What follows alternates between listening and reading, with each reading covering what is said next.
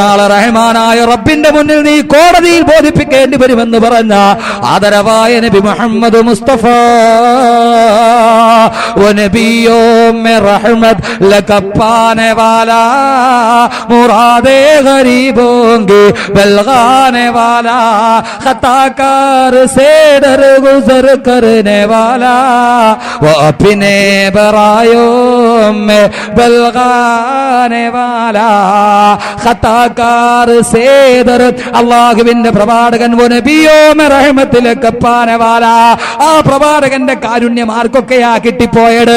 സ്വന്തം അനുയായികളെക്കാളേറെ മേനകാ ഗാന്ധി പാവപ്പെട്ട ജീവികൾക്ക് വേണ്ടി ശ്രദ്ധിച്ചവരാണെങ്കിൽ നിങ്ങൾക്കറിയുമോ ഈ വ്യക്തിത്വം ഏറ്റവും കൂടുതലുള്ളതാർക്കാ? അല്ലാഹുവിന്റെ പ്രവാചകൻ ഫർദ് നമസ്കരിക്കാൻ വേണ്ടി പോവുകയാണ്. പ്രവാചകൻ തന്റെ കമീസ് കുപ്പായം എടുക്കാൻ നോക്കുമ്പോ ആ കുപ്പായത്തിൽ കിടന്നിട്ടൊരു പൂച്ചക്കുട്ടി സുന്ദരമായിട്ട് സുഖസുപ്ഷിതയിൽ ഉറങ്ങിക്കിടക്കുകയാ. അല്ലാഹുവിന്റെ പ്രവാചകൻ കാത്തു നിന്നു. നമസ്കാരത്തിന് സമയമായി. കുപ്പായം എടുത്താൽ പൂച്ചക്കുട്ടി ഉറക്കമുണരും. കാരുണ്യത്തിന്റെ തിരുദൂതർ, കാരുണ്യത്തിന്റെ പ്രവാചകൻ കാത്തു നിന്നു ആ പൂച്ചക്കുട്ടി ഉറക്കമുണരാൻ. പക്ഷേ പൂച്ചക്കുട്ടി ഉണരുന്നില്ല, അത് നല്ല ഉറക്കത്തിലാണ്. അല്ലാഹുവിന്റെ പ്രവാചകൻ കാത്തു നിന്നു. അനുയായികൾ ചോദിച്ചു, നബിയേ അതൊരു ജീവിയല്ല നബിയേ, അത് കമീസ് എടുത്താൽ എഴുന്നേറ്റ് പോയിക്കൊള്ളും യാ റസൂലല്ലാഹ്. അല്ലാഹുവിന്റെ പ്രവാചകൻ പറഞ്ഞു, പൂച്ചക്കുട്ടിയുടെ ഉറക്കം പോലും കെടുത്തിക്കൂടാ. അല്ലാഹുവിന്റെ പ്രവാചകൻ കാത്തു നിന്നു. അവസാനം നമസ്കാരത്തിന്റെ സമയം തീരാറായി. ജമാഅത്ത് നമസ്കാരം തീരാറായി, അതിന്റെ സമയമായി കഴിയുന്നു. അല്ലാഹുവിന്റെ പ്രവാചകൻ പറയുന്നു, പൂച്ചക്കുട്ടി ഉറക്കമുണരുന്നില്ല. അല്ലാഹുവിന്റെ പ്രവാചകൻ അനുയായികളോട് പറയുന്നു, ഒരു കത്രിക കൊണ്ടുവാ. ഒരു കത്രിക കൊണ്ടുവരപ്പെട്ടു. അല്ലാഹുവിന്റെ പ്രവാചകന്റെ കുപ്പായത്തിന്റെ കയ്യിലാണ് പൂച്ചക്കുട്ടി ഉറങ്ങുക. പ്രവാചകൻ ആ കൈയുടെ ഭാഗം മെല്ലെ തന്റെ കയ്യിലിരിക്കുന്ന കത്രിക കൊണ്ട് മുറിക്കുന്നു. മുറിക്കുന്ന സമയത്ത് പോലും ആ കുപ്പായത്തിന്റെ കൈയൊന്നനങ്ങിയിട്ട് പൂച്ചക്കുട്ടിയുടെ ഉറക്കത്തിന് ഭംഗം വരാതിരിക്കാൻ പ്രത്യേകം ശ്രദ്ധിച്ച് സാവധാനത്തിൽ ആ കുപ്പായത്തിന്റെ കൈ മുറിച്ചിട്ട് മുറിക്കപ്പെട്ട കൈയുള്ള കുപ്പായം ഇട്ടുകൊണ്ട് നമസ്കാരത്തിന് പോയ ലോകത്തിന്റെ കാരുണ്യത്തിന്റെ തിരുദൂതരേ ഹബീബായ നബി മുഹമ്മദ് മുസ്തഫ, ഒരു പൂച്ചക്കുട്ടിയുടെ ഉറക്കം പോലും നഷ്ടപ്പെടുത്തരുതെന്ന് ആഹ്വാനം ചെയ്ത ആദരവായ നബി മുഹമ്മദ് മുസ്തഫ. ആ പ്രവാചകന്റെ കാരുണ്യം ഈ ലോകത്ത് ആ നാൽക്കാലികൾക്ക് പോലും അത് വ്യാപകമായി കിട്ടി. ഖതാകാർ സേ ഡർ ഗുസർ കർനെ വാലാ വോ അപ്നെ ബറായോ മേ ബൽഗാനെ വാലാ. ഏഴ് മനുഷ്യൻ വിഷമത അനുഭവിച്ചാലും ആ വിഷമതയ്ക്കൊരു പര്യായം കാണുന്ന, പരിഹാരം കാണുന്ന ആദരവായ നബി മുഹമ്മദ് മുസ്തഫ പ്രവാചകന്റെ അടുക്കലേക്ക് ഒരു കാട്ടറബി കടന്നു വരുന്നു. അല്ലാഹുവിന്റെ നബിയെ, തിരുദൂതരെ, എനിക്ക് എന്തെങ്കിലും തരുമോ? പ്രവാചകന്റെ കഴുത്തിൽ ഒരു ഷാള് മാത്രം. പ്രവാചകൻ പോക്കറ്റിൽ നോക്കി, ഒന്നുമില്ല. ഒരു പാവപ്പെട്ടവൻ തന്നോട് യാചിക്കുകയാണ്. അല്ലാഹുവിന്റെ പ്രവാചകൻ കഴുത്തിൽ കിടന്ന ഷാളെടുത്ത് കയ്യിലോട്ട് കൊടുത്തു, കൊണ്ടുപോയി കൊള്ളുക, നീ ഇത് വിറ്റിട്ട് നിന്റെ ജീവിതം കഴിച്ചു കൊള്ളുക. പാവപ്പെട്ടവന്റെ വിഷമത കേൾക്കുമ്പോ കരളലിഞ്ഞു പോകുന്ന കാരുണ്യത്തിന്റെ ഉടമയെ നബി മുഹമ്മദ് മുസ്തഫ. കവി പറയുകയാണ് അല്ലാഹുവിന്റെ പ്രവാചകന്റെ കാരുണ്യം. ഫക്കീറോങ്കി മൽജാ ലഡീഫോങ്കി മഅവാ യതീമോങ്കി വാലി ഗുലാമോങ്കി മൗലാ. ഫക്കീറോങ്കി മൽജാ ലഡീഫോങ്കി മഅവാ യതീമോങ്കി വാലി ഗുലാമോങ്കി മൗലാ. പാവപ്പെട്ടവന്റെ സംരക്ഷകനായി, പാവപ്പെട്ട സ്ത്രീകളുടെ അടിച്ചമർത്തപ്പെട്ട സ്ത്രീത്വത്തിന്റെ പുനരുദ്ധാരകനായി ലോകത്തേക്ക് കടന്നു വന്ന റൂഹി ഫിദാ നബി മുഹമ്മദ് മുസ്തഫ സല്ലല്ലാഹു അലൈഹി വസല്ലം. ആ പ്രവാചകന്റെ വ്യക്തിത്വം ജീവിതത്തിന്റെ സമസ്ത മേഖലകളിലും ലോകത്തിലെ ഏറ്റവും വലിയ അനുപമമായ വ്യക്തിത്വത്തിന്റെ ഉടമയായി വന്ന കാരുണ്യത്തിന്റെ തിരുദൂതർ നബി മുഹമ്മദ് മുസ്തഫ. വ്യക്തിത്വത്തിന്റെ പേരിലാ നാം ഒരാളെ സ്നേഹിക്കുന്നുണ്ടെങ്കിൽ നാം സ്നേഹിക്കേണ്ടത് ആരെയാ സ്നേഹിക്കേണ്ടത്? ഇതിനേക്കാൾ വലിയ അനുപമമായ വ്യക്തിത്വം ലോകത്ത് ആർക്കെങ്കിലും ചൂണ്ടിക്കാണിക്കാൻ കഴിയുമോ?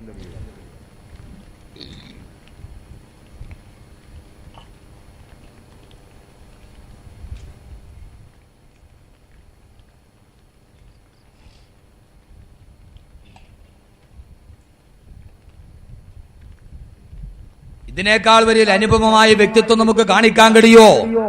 സെയ്ദ് ബിൻ ഹാരിസ് റളിയല്ലാഹു തആല അൻഹു അല്ലാഹുവിന്റെ പ്രവാചകന്റെ വളർത്തുമകനാ. സെയ്ദ് ബിൻ ഹാരിസ് റളിയല്ലാഹു തആല അൻഹു അള്ളാഹുവിന്റെ പ്രവാചകന്റെ വളർത്തുമകനാ ഈ മുഹമ്മദ് സല്ലല്ലാഹു അലൈഹി വസല്ലം നമ്മൾ അറിയണം. ഈ മുഹമ്മദിനെ കുറിച്ച് നമുക്കറിയണം. നമുക്ക് ഈ പ്രവാചകനെ അറിയുന്ന എപ്പോഴാണെന്നറിയോ? ആകെ റബീഉൽ അവ്വൽ 12-ന്. അള്ളാഹുവിന്റെ പ്രവാചകനെ കുറിച്ച് നമ്മൾ ചിന്തിക്കണപ്പോഴാ റബീഉൽ അവ്വൽ 12-ന് നബിദിനത്തിന്റെ അന്ന്. അല്ലാതെ നമ്മൾ ചിന്തിക്കുന്ന പ്രശ്നമില്ല. നബിദിനത്തിന്റെ അന്ന് മുസ്ലിമീങ്ങൾക്ക് നബിയോടുള്ള സ്നേഹം കണ്ടാ ഈ ഉമ്മത്ത് എന്നേ സ്വർഗത്തിൽ പോകേണ്ടതാ. അന്ന് സംവരണാടിസ്ഥാനത്തിൽ കിട്ടിയ പച്ചക്കളറിന്റെ കുറെ കൊടിയൊക്കെ കയ്യിൽ പിടിച്ച് MC റോഡ് ബ്ലോക്ക് ആക്കിയിട്ട് അങ്ങോട്ട് മുദ്രാവാക്യം വിളിക്കണ കേട്ടാ പാവനമാണ് ശരീഅത്ത്. വയറ്റിൽ കിടക്കുന്ന അന്തിക്കള്ളു, വയറ്റിൽ നിറച്ച് അന്തിക്കള്ള. എന്നിട്ടൊരു മുദ്രാവാക്യം വിളി, പാവനമാണ് ശരീഅത്ത്, കെടാതെ ഞങ്ങൾ സൂക്ഷിക്കും. അങ്ങോട്ട് വിളിക്കുകയാണ് AP മുഹമ്മദ് സിന്ദാബാദ് എന്ന്. നബിദിനത്തിന് മുദ്രാവാക്യം വിളിക്കുക, ഒരാൾ വിളിച്ചു കൊടുക്കുക AP മുഹമ്മദ് സിന്ദാബാദ്. കാരണം അന്ത്യപ്രവാചകൻ മുഹമ്മദ് എന്ന് പറഞ്ഞാൽ ഫുള്ള് വിളിക്കാൻ പറ്റില്ലാണ്, ഷോർട്ട് ഫോമിൽ. എന്തോ ഒരു നമ്മൾ മുസ്ലിം ആകണ ദിവസമാണ് റബീഉൽ അവ്വൽ 12 അല്ലേ? ഇപ്പൊ സീസണായി മുസ്ലിം ആകണം. ഇല്ല, റമദാനായി. വർഷത്തിൽ 3 സീസണാ. റമദാൻ 1-ന് നമ്മൾ മുസ്ലിം ആവും. സീസണായി ഇപ്പൊ അല്ലെ? റമദാൻ 1-ന് ശഅബാൻ 29 നമ്മൾ വൈകുന്നേരം 7 മണിക്ക് കൈരളി TV-യിൽ വാർത്ത വരും, നാളെ റമദാനാണെന്ന് കോഴിക്കോട് വലിയ കാളി പ്രസ്താവിച്ചു. പെണ്ണുങ്ങൾ മുഴുവൻ ചാടി എഴുന്നേക്കും, വീട്ടിൽ കിടക്കണ ഡെസ്കും ബെഞ്ചും എല്ലാം എടുത്ത് വെളിയിലിട്ട് തേച്ച് കഴുകി വൃത്തിയാക്കി കൊണ്ടുപോയി TV കൊണ്ടുപോയി അതിന്റെ കഫൻ തുണി പൊതിഞ്ഞ് അവിടെ ഇട്ടേക്കും. ഇനി പെരുന്നാളിനെ തുറക്കും. അങ്ങനെ ഒരു ഈമാനുണ്ട്. റമദാൻ 1-ന് കഫൻ തുണി പൊതിഞ്ഞ് TV ഒരു മൂലയിൽ വെക്കും. ആണുങ്ങളാണേലോ സംവരണാടിസ്ഥാനത്തിൽ കിട്ടിയ നല്ല പച്ച തൊപ്പിയൊക്കെ തലയിൽ വെച്ച് തസ്ബീഹ് മാലയൊക്കെ കയ്യിൽ പിടിച്ച് നേരെ വേളാവൂർ പള്ളിയുടെ മിഹ്റാബിന്റെ കീഴെ എന്നിട്ട് അങ്ങോട്ട് സുബ്ഹാനല്ലാഹ് തലയാട്ടി അങ്ങോട്ട് ചൊല്ലണ കണ്ട എല്ലാരെയും തോളിലാണ് 2 മലക്ക്, ഇവന്റെ തലയിലും കൂടെ 4 മലക്ക് ഇരിപ്പുണ്ടെന്ന്. അത്രയ്ക്ക് തക്കുവയാ റമദാൻ 1-ന്റെ അന്ന്. അന്ന് ഉസ്താദിന്റെ വഅദ് കേൾക്കാൻ ഫ്രണ്ടിലുണ്ടാവും, നിസ്കാരത്തിന് ഫ്രണ്ടിലുണ്ടാവും, എല്ലാത്തിനും വന്ന് റമദാനിൽ ആദ്യത്തിൽ റഹ്മത്തിന്റെ 10, രണ്ടാമത്തെ മഗ്ഫിറത്തിന്റെ 10, മൂന്നാമത്തെ ഒടുക്കത്തെ 10. അതെന്ത് 10? നരകത്ത് മോചനത്തിൽ നിന്നുള്ള 10. പിന്നെ 27-ാം രാവിലെ ലൈലത്തുൽ ഖദ്റും. 1000 മാസങ്ങളുടെ പുണ്യം കിട്ടുന്ന രാത്രി ലൈലത്തുൽ ഖദ്ർ. അന്നങ്ങടെ രാത്രി മുഴുവൻ ഇരുന്ന് കരഞ്ഞ് വിളിച്ച് ദുആയൊക്കെ ചെയ്ത് കൊള്ളാം, നല്ല പരിപാടി, അള്ളാഹു സ്വീകരിക്കും. പക്ഷെ അത് അന്ന് മാത്രം ചെയ്തിട്ട് കാര്യമില്ല. കണ്ടോ ഉസ്താദെ? റമദാൻ 12 റമദാനിൽ മാത്രം മുസ്ലിം ആകല, അത് പാടില്ല. ലൈലത്തുൽ ഖദ്ർ. ലൈലത്തുൽ ഖദ്ർ എന്ന് പറഞ്ഞാൽ എന്തുവാ? പണ്ടൊരാൾ 27-ാം രാവിനൊന്ന് പള്ളിയിൽ പോയി, 27-ാം രാവിനൊന്ന് ലൈലത്തുൽ ഖദ്റിന്റെ 1000 മാസത്തിന്റെ പ്രതിഫലം കിട്ടുന്ന രാത്രിയല്ലേ. പണ്ടത്തെ പോലെ ഇന്നത്തെ പോലെയല്ല. പണ്ടത്തെ പള്ളി ട്യൂബ് ലൈറ്റും വെളിച്ചൊന്നുമില്ല, മറ്റേ പെട്രോമാക്സ് അറിഞ്ഞൂടെ? എന്ന് മറ്റേ മണ്ണെണ്ണ ഒഴിച്ച് കത്തിക്കണ ലൈറ്റ്, തൂക്ക് വിളക്കും. കറണ്ടൊന്നും വന്നിട്ടില്ല. കറണ്ടൊക്കെ കിട്ടണതിന് മുമ്പുള്ള കാലം. ഇവൻ ജീവിതത്തിൽ ഇന്നേ വരെ പള്ളിയിൽ പോയില്ല. പിന്നെ 27-ാം രാവിനൊന്ന് ഉസ്താദിന്റെ പ്രസംഗമൊക്കെ കേട്ടപ്പോൾ ഭാര്യ പറഞ്ഞു, നിന്നെ ഇട്ടുകൂടാ ഇന്നെങ്കിലും പള്ളിയിൽ പോവാൻ. അങ്ങനെ ഭാര്യ കടത്തി ഇറക്കാത്തോണ്ട് ഇയാൾ നേരെ പള്ളിയിൽ പോയി. നേരെ പോയപ്പോൾ പെട്രോമാക്സ് ആണ്, മണ്ണെണ്ണ ഒഴിച്ച് കത്തിക്കണ പെട്രോമാക്സ്. ഇതിന്റെ കീഴിലാ പോയി ഇരുന്നത്. ഈ പെട്രോമാക്സിനാണെങ്കിൽ എന്തുകൊണ്ടല്ലോ ഒരു ചെറിയ ഊട്ടുണ്ട്, ചെറിയൊരു സുഷിരം, അതിലൂടെ മണ്ണെണ്ണ തുള്ളി തുള്ളിയായിട്ട് താഴോട്ട് വീഴും. അത് വീഴുന്ന ഇവന്റെ നെറുകം തലയില. ഉസ്താദാണെങ്കിലോ സഫറല്ലാഹു അലൈഹി പ്രസംഗിച്ചുകൊണ്ടിരിക്കുകയാണ്, തനസ്സുലുൽ മലായികത്തു വറൂഹു ഫീഹാ ബിഇദ്നി റബ്ബിഹിം മിൻ കുല്ലി അംരിൻ സലാം. ഇതാ 27-ാം രാവിലെ ലൈലത്തുൽ ഖദ്ർ ഇറങ്ങാൻ പോകുന്നു. സഫറല്ലാഹു അലൈഹി പ്രസംഗിക്കുന്നു, മണ്ണെണ്ണ തുള്ളി ഇവന്റെ തലയിൽ ഇട്ട് വീണുകൊണ്ടിരിക്കുന്നു. അവസാനം എല്ലാം കഴിഞ്ഞ് രാവിലെ വീട്ടിൽ പോയി. ഭാര്യ ചോദിച്ചു, ലൈലത്തുൽ ഖദ്റൊക്കെ എങ്ങനെ ഉണ്ടായിരുന്നു? പിന്നെ കൊള്ളാം, അടിപൊളിയല്ലേ ലൈലത്തുൽ ഖദ്ർ. ഭാര്യ ചോദിച്ചു, ലൈലത്തുൽ ഖദ്ർ ഇറങ്ങിയോ? പിന്നെ ലൈലത്തുൽ ഖദ്ർ ഇറങ്ങിയോന്നാ, എന്റെ ഉച്ചനിലയിലല്ലയോ ലൈലത്തുൽ ഖദ്ർ ഇറങ്ങിയത്. ഭാര്യ ചോദിച്ചു, നിങ്ങളുടെ ഉച്ചനില ലൈലത്തുൽ ഖദ്ർ ഇറങ്ങി, എന്നിട്ട് എങ്ങനെ ഉണ്ടായിരുന്നു? അപ്പൊ അയാൾ പറഞ്ഞു, കൊള്ളാൻ കുഴപ്പമൊന്നുമില്ല, പക്ഷെ എന്താണെന്നറിയാൻ പോലെ ലൈലത്തുൽ ഖദ്റിന് ഒരു മണ്ണെണ്ണയുടെ നാറ്റമൊന്നും എന്ന് പറഞ്ഞമായി. 27-ാം രാവിലെ അന്ന് ലൈലത്തുൽ ഖദ്റും കൂടി.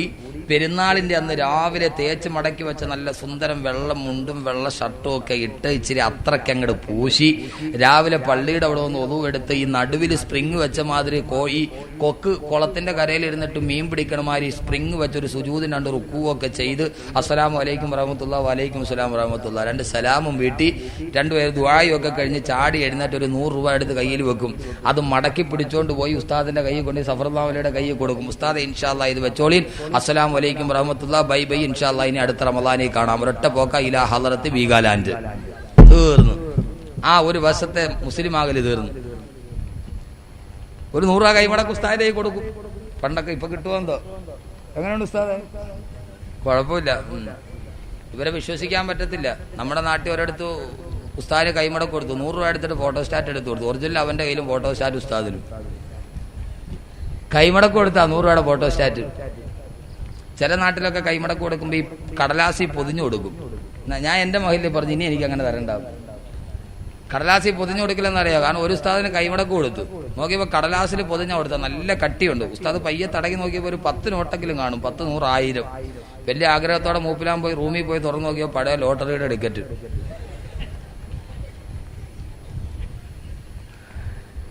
എന്ന് പറഞ്ഞാൽ റമദാനിൽ ഒരു മുസ്ലിം ആകലാണ്ട്, റമദാൻ 1 മുസ്ലിമാകും, പെരുന്നാളിന്റെ അന്ന് ഉച്ചയോടുകൂടി കാഫറാവും.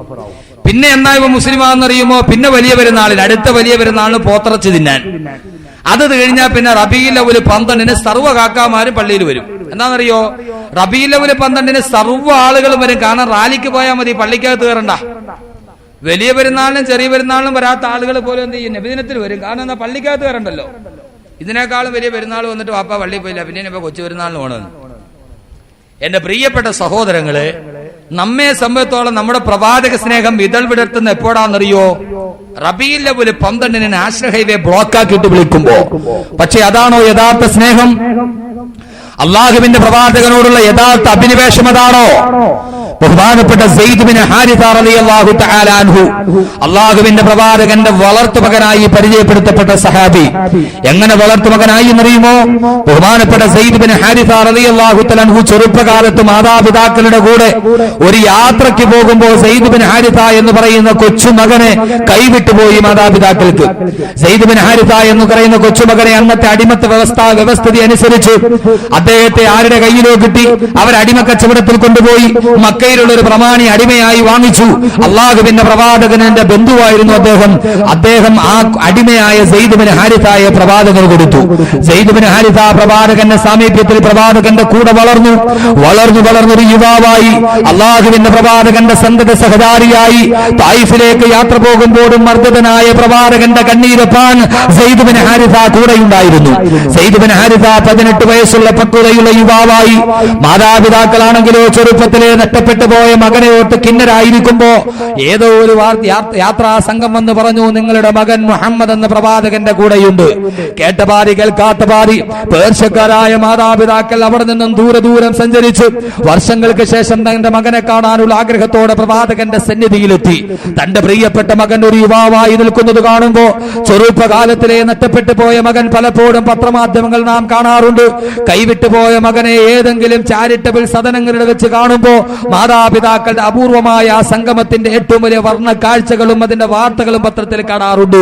വർഷങ്ങളായി തന്റെ മകനെ കാണാറ് 18 വയസ്സുകാരനായ ചുറുചുറുക്കുള്ള ചെറുപ്പക്കാരനായി തന്റെ പ്രിയപ്പെട്ട മകനെ കാണുമ്പോ മാതാപിതാക്കൾ ആഹ്ലാദത്തോടെ സെയ്ദ് ബിൻ ഹാരിസ റളിയല്ലാഹു തആല അൻഹുവിനെ പൊന്നുമോനെ എന്ന് വിളിച്ച് മാതാവ് ഓടിക്കടന്ന് കെട്ടിപ്പിടിച്ച് പരിരംഭണം ചെയ്യുമ്പോ അള്ളാഹുവിന്റെ പ്രവാചകൻ ആ സംഭവത്തിന് സാക്ഷിയായിട്ട് നിൽക്കുകയാ.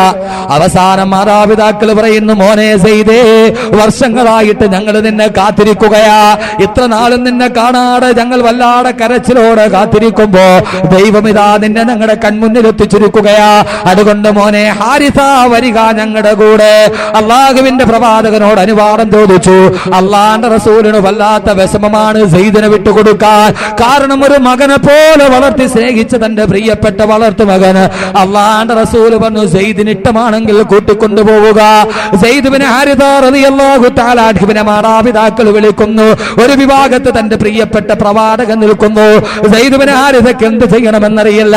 വർഷങ്ങളായി കണ്ടുമുട്ടിയ മാതാപിതാക്കളുടെ കൂടെ തിരിച്ചു പോകണമോ, അതല്ല തന്റെ പ്രിയപ്പെട്ട ഹബീബിന്റെ കൂടെ നിൽക്കണമോ? ബഹുമാനപ്പെട്ട സെയ്ദ് ബിൻ ഹാരിസയുടെ മനസ്സ് വല്ലാത്ത സംഘർഷത്തിലാ. എന്ത് തീരുമാനമെടുക്കണമെന്നറിയില്ല.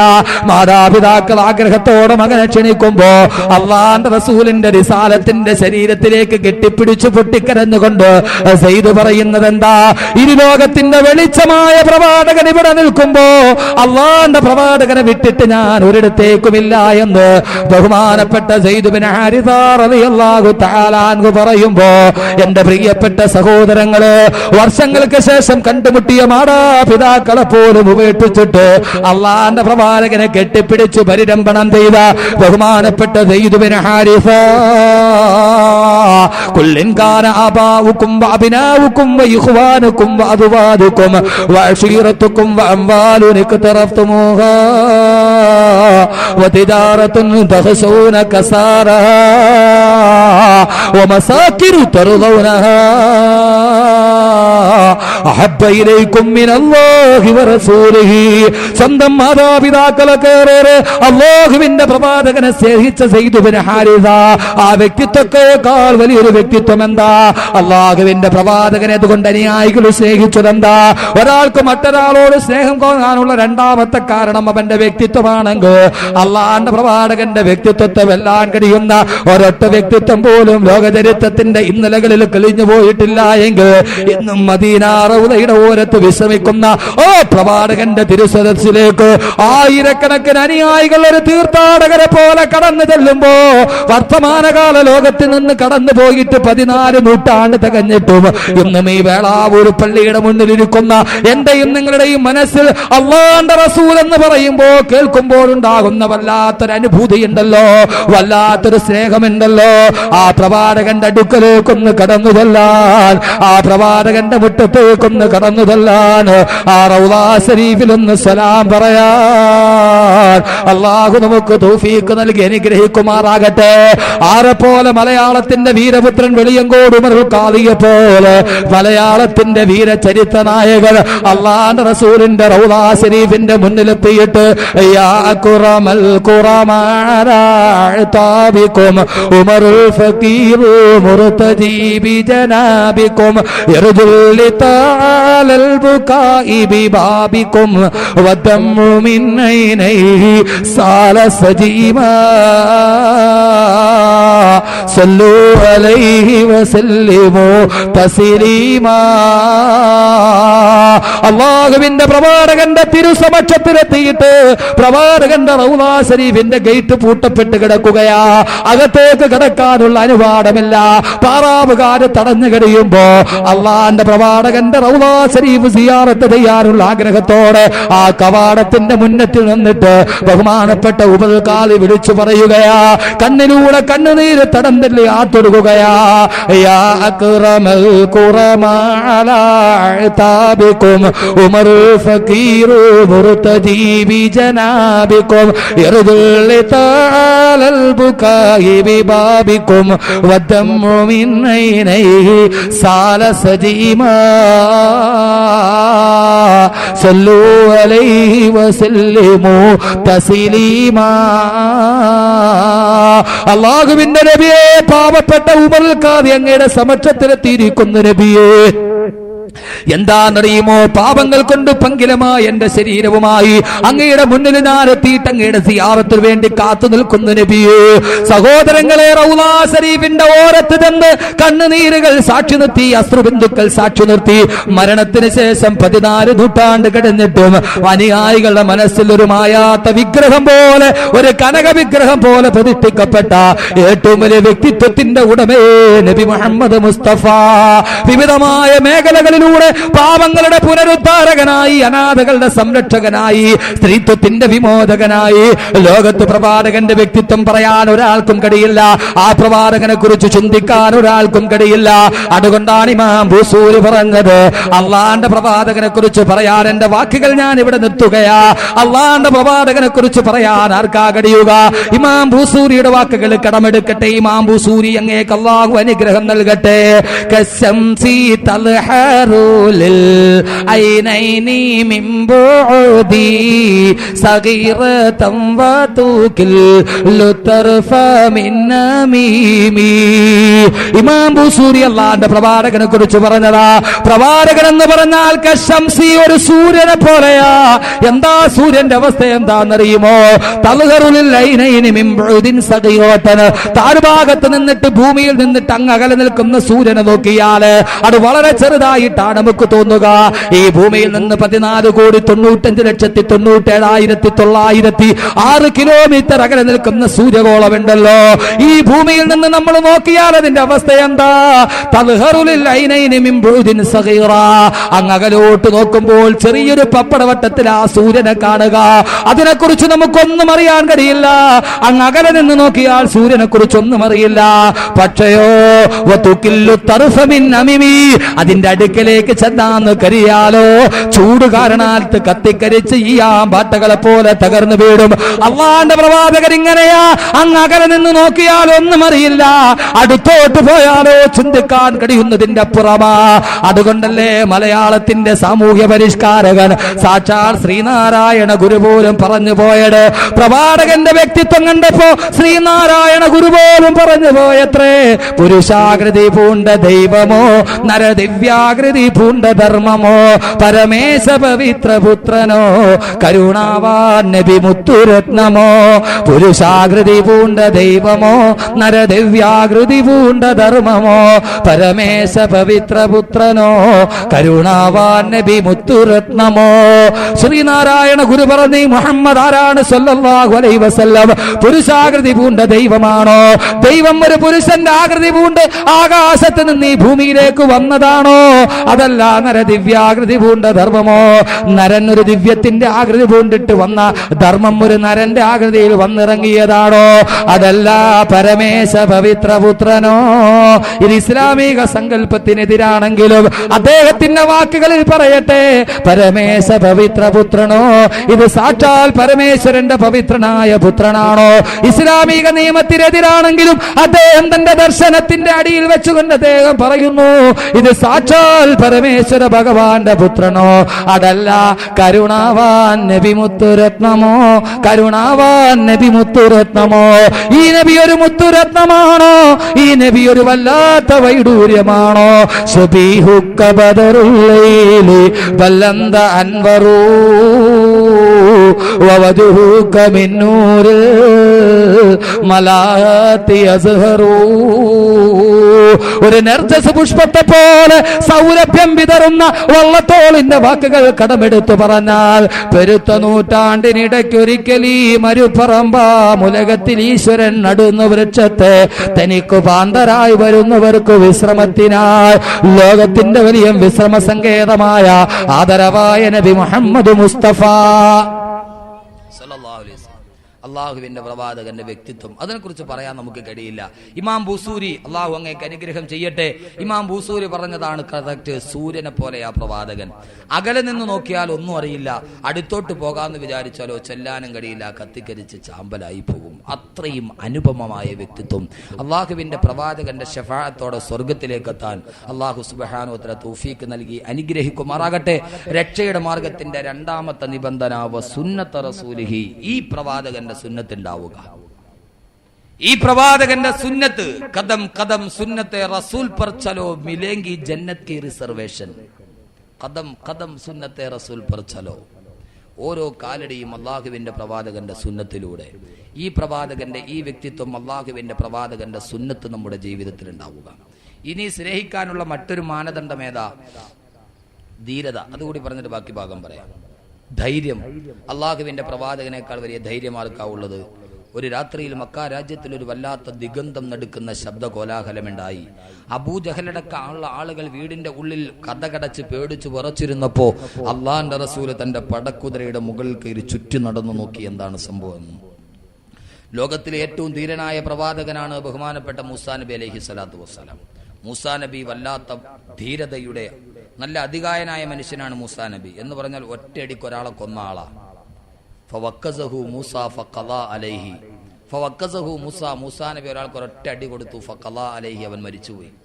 അത്രയും വലിയ നല്ല തണ്ടും തടിയുള്ള ആളാണ് ആര്? ബഹുമാനപ്പെട്ട മൂസാ നബി. നല്ല തണ്ടും തടിയുള്ള ആൾ. മൂസാ നബി ഏറ്റവും വലിയ ധീരനായ പ്രവാചകനാണ്. ഒരൊറ്റ അടിക്ക് ഒരാളെ കൊന്ന ആളാ മൂസാ നബി അലൈഹി സ്വലാത്തു വസ്സലാം.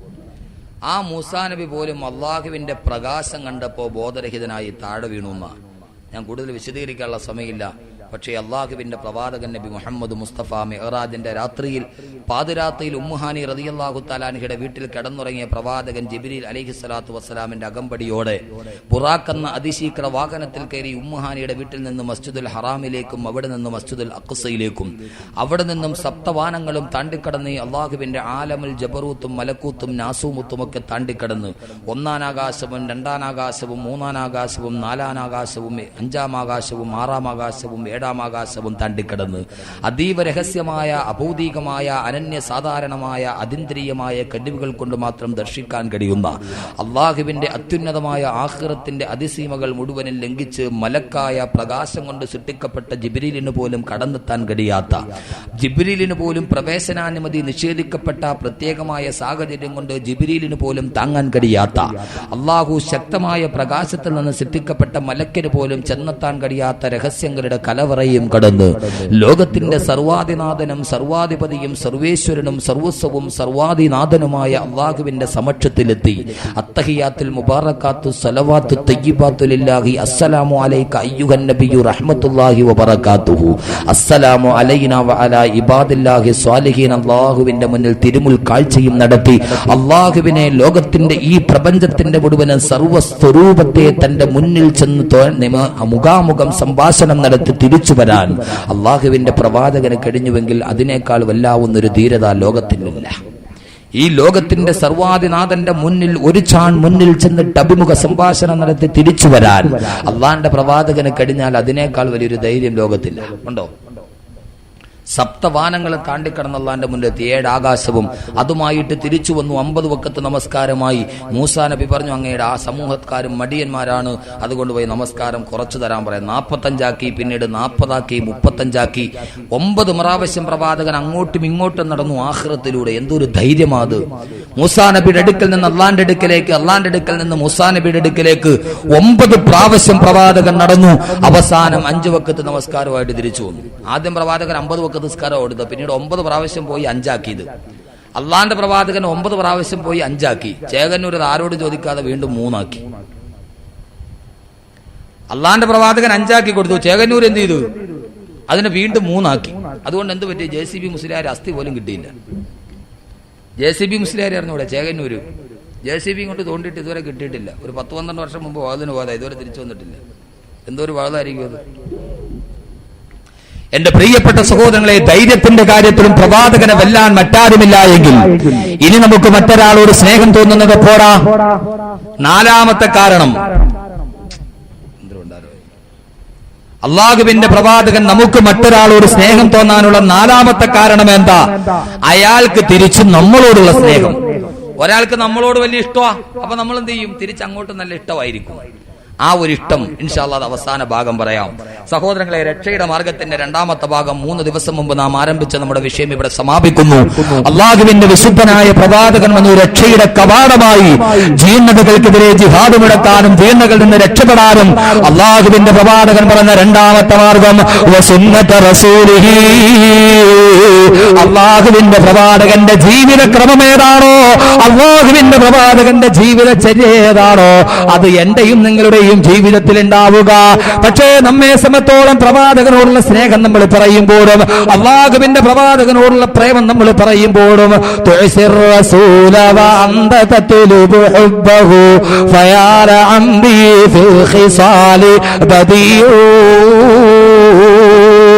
لو كان حبك صادقا لا تعته إن المحب لمن يحب مطيع تعصي الرسول وأنت تطلب حبه.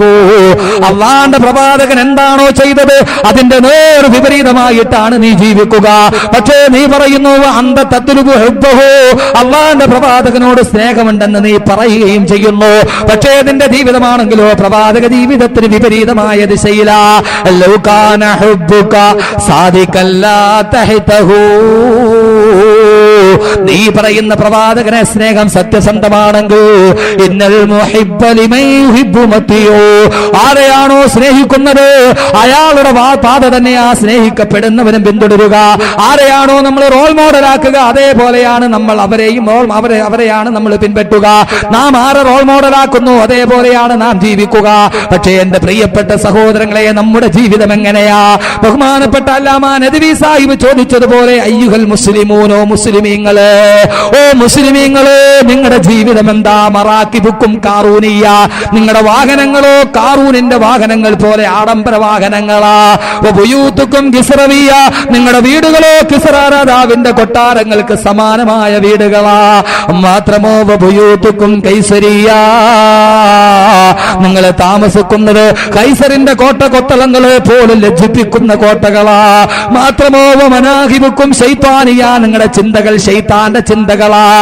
അഫ്ആലുക്കും ജാഹിലിയ, നിങ്ങളുടെ പ്രവർത്തനങ്ങൾ ജാഹിലിയ കാലഘട്ടത്തെക്കാൾ അതപ്പതിച്ച പ്രവർത്തനങ്ങളാ.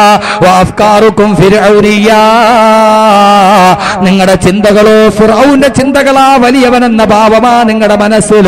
ഫഅയ്ന ശരീഅത്തു മുഹമ്മദിയ, അള്ളാന്റെ പ്രവാചകന്റെ ശരീഅത്ത് എവിടെ പോയി സഹോദരങ്ങളെ?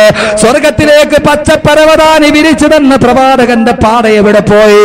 നമ്മുടെ വീടുകൾ എന്തോ ആഡംബരങ്ങളുടെ വീടുകളാ. എന്റെ പ്രിയപ്പെട്ട സഹോദരങ്ങളെ, നിങ്ങൾക്കറിയുമോ ബഹുമാനപ്പെട്ട സയ്യിദുനാ ഉമർ ഇബ്നുൽ ഖത്താബ് റളിയല്ലാഹു തആല അൻഹു അല്ലാഹുവിന്റെ പ്രവാചകനെ കാണാൻ മസ്ജിദുൻ നബവിയിലെത്തുമ്പോ അല്ലാഹുവിന്റെ റസൂൽ മസ്ജിദുൻ നബവിയുടെ തൊട്ടടുത്തുള്ള തന്റെ വീട്ടിൽ കിടന്നിറങ്ങുകയാ. ഉമർ ഇബ്നുൽ ഖത്താബ് റളിയല്ലാഹു തആല അൻഹു പ്രവാചകന്റെ മുന്നിൽ സലാം പറഞ്ഞു. അസ്സലാത്തു വസ്സലാമു അലൈക യാ റസൂലല്ലാഹ്. അല്ലാഹുവിന്റെ പ്രവാചകനോട് സലാം പറയുമ്പോ കിടന്നുറങ്ങിയ പ്രവാചകൻ എഴുന്നേൽക്കുന്നു. ഉമറിനെ കണ്ടിട്ട് ഉമർ ഇബ്നുൽ ഖത്താബ് നോക്കുമ്പോ അല്ലാഹുവിന്റെ പ്രവാചകൻ കിടന്നുറങ്ങുന്നത് വെറും ഈത്തപ്പന മരത്തിന്റെ ഒരു ഓലയിലാ കിടന്നുറങ്ങുക. ഈത്തപ്പഴത്തിന്റെ കുരു കൊണ്ട് നിറച്ചൊരു തലയിണയും അടുത്തുണ്ട്, ഒരു വെള്ളത്തിന്റെ കൂജയും അടുത്തുണ്ട്, പാത്രമുണ്ട്. അല്ലാതെ മറ്റൊന്നും പ്രവാചകന്റെ വീട്ടിലില്ല. ആ സമയത്ത് ഉമർ ഇബ്നുൽ ഖത്താബ് നോക്കുമ്പോ പ്രവാചകൻ എഴുന്നേറ്റിരിക്കുമ്പോ അല്ലാഹുവിന്റെ റസൂലിന്റെ റിസാലത്തിന്റെ ഭൂമിയിലതാ കിടന്നുറങ്ങിയ ഈത്തപ്പന മരത്തിന്റെ ഓലയുടെ അടയാളം കാണുമ്പോ ഉമർ ഇബ്നുൽ ഖത്താബിന്റെ കണ്ണുകൾ അറിയാതെ സജലങ്ങളായി പോയി. പ്രവാചകന്റെ റിസാലത്തിന്റെ ശരീരത്തിലൂടെ തന്റെ കരമിങ്ങനെ അടയാളങ്ങളിലൂടെ തലോടിയിട്ട് ഉമർ റളിയല്ലാഹു തആല അൻഹു വികാരാധീനനായി ചോദിച്ചു പോവുകയാ, യാ റസൂലല്ലാഹ്, അല്ലാഹുവിന്റെ തിരുദൂതരെ, അല്ലാഹുവിനെ ധിക്കരിക്കുന്ന കിസ്റയുടെയും കൈസറിന്റെയും കൊട്ടാരത്തിന്റെ സർവാധിപതികളായ തമ്പുരാക്കന്മാര് അവര് സ്വർണ്ണ നൂലുകൾ കൊണ്ട് നെയ്തുണ്ടാക്കപ്പെട്ട കട്ടിലിൽ കിടന്നിറങ്ങുമ്പോ, സ്വർണ്ണ ചഷകങ്ങളിൽ അവര് പാനം ചെയ്യുമ്പോ, അന്തപുരത്തിന്റെ തോടിമാർ അവർക്ക് വെഞ്ചാമരം വീശിക്കൊടുക്കുമ്പോ, അവർ ഉന്നതമായ പട്ടുമെത്തകളിൽ ശയനം നയിക്കുമ്പോ അള്ളാന്റെ പ്രിയപ്പെട്ട ഹബീബായ അങ്ങീത്തപ്പന മരത്തിന്റെ മടലിൽ കിടന്നിറങ്ങുന്ന നബിയെ, ആ ഈത്തപ്പന മരത്തിന്റെ അടയാളം അങ്ങയുടെ റിസാലത്തിന്റെ ശരീരത്ത് പതിയുന്നത് കണ്ടിട്ട് ഉമറിന് സഹിക്കാൻ കഴിയുന്നില്ല നബിയെ എന്ന് പറയുമ്പോ അള്ളാന്റെ റസൂല് ചോദിക്കുന്നു, ഉമറേ, നിനക്ക് ദുനിയാവിന്റെ ആഡംബരങ്ങളാണോ അതല്ല ആഖിറത്തിന്റെ സുഖമാണോ നിനക്ക് വേണ്ടത്? അള്ളാഹു ദുനിയാവിൽ എന്തൊക്കെ കൊടുത്താലും നാളെ ആഖിറത്തിന്റെ വെഞ്ചാമരം വീശുന്ന ഹൂർലിങ്ങൾ നമുക്കല്ലേ?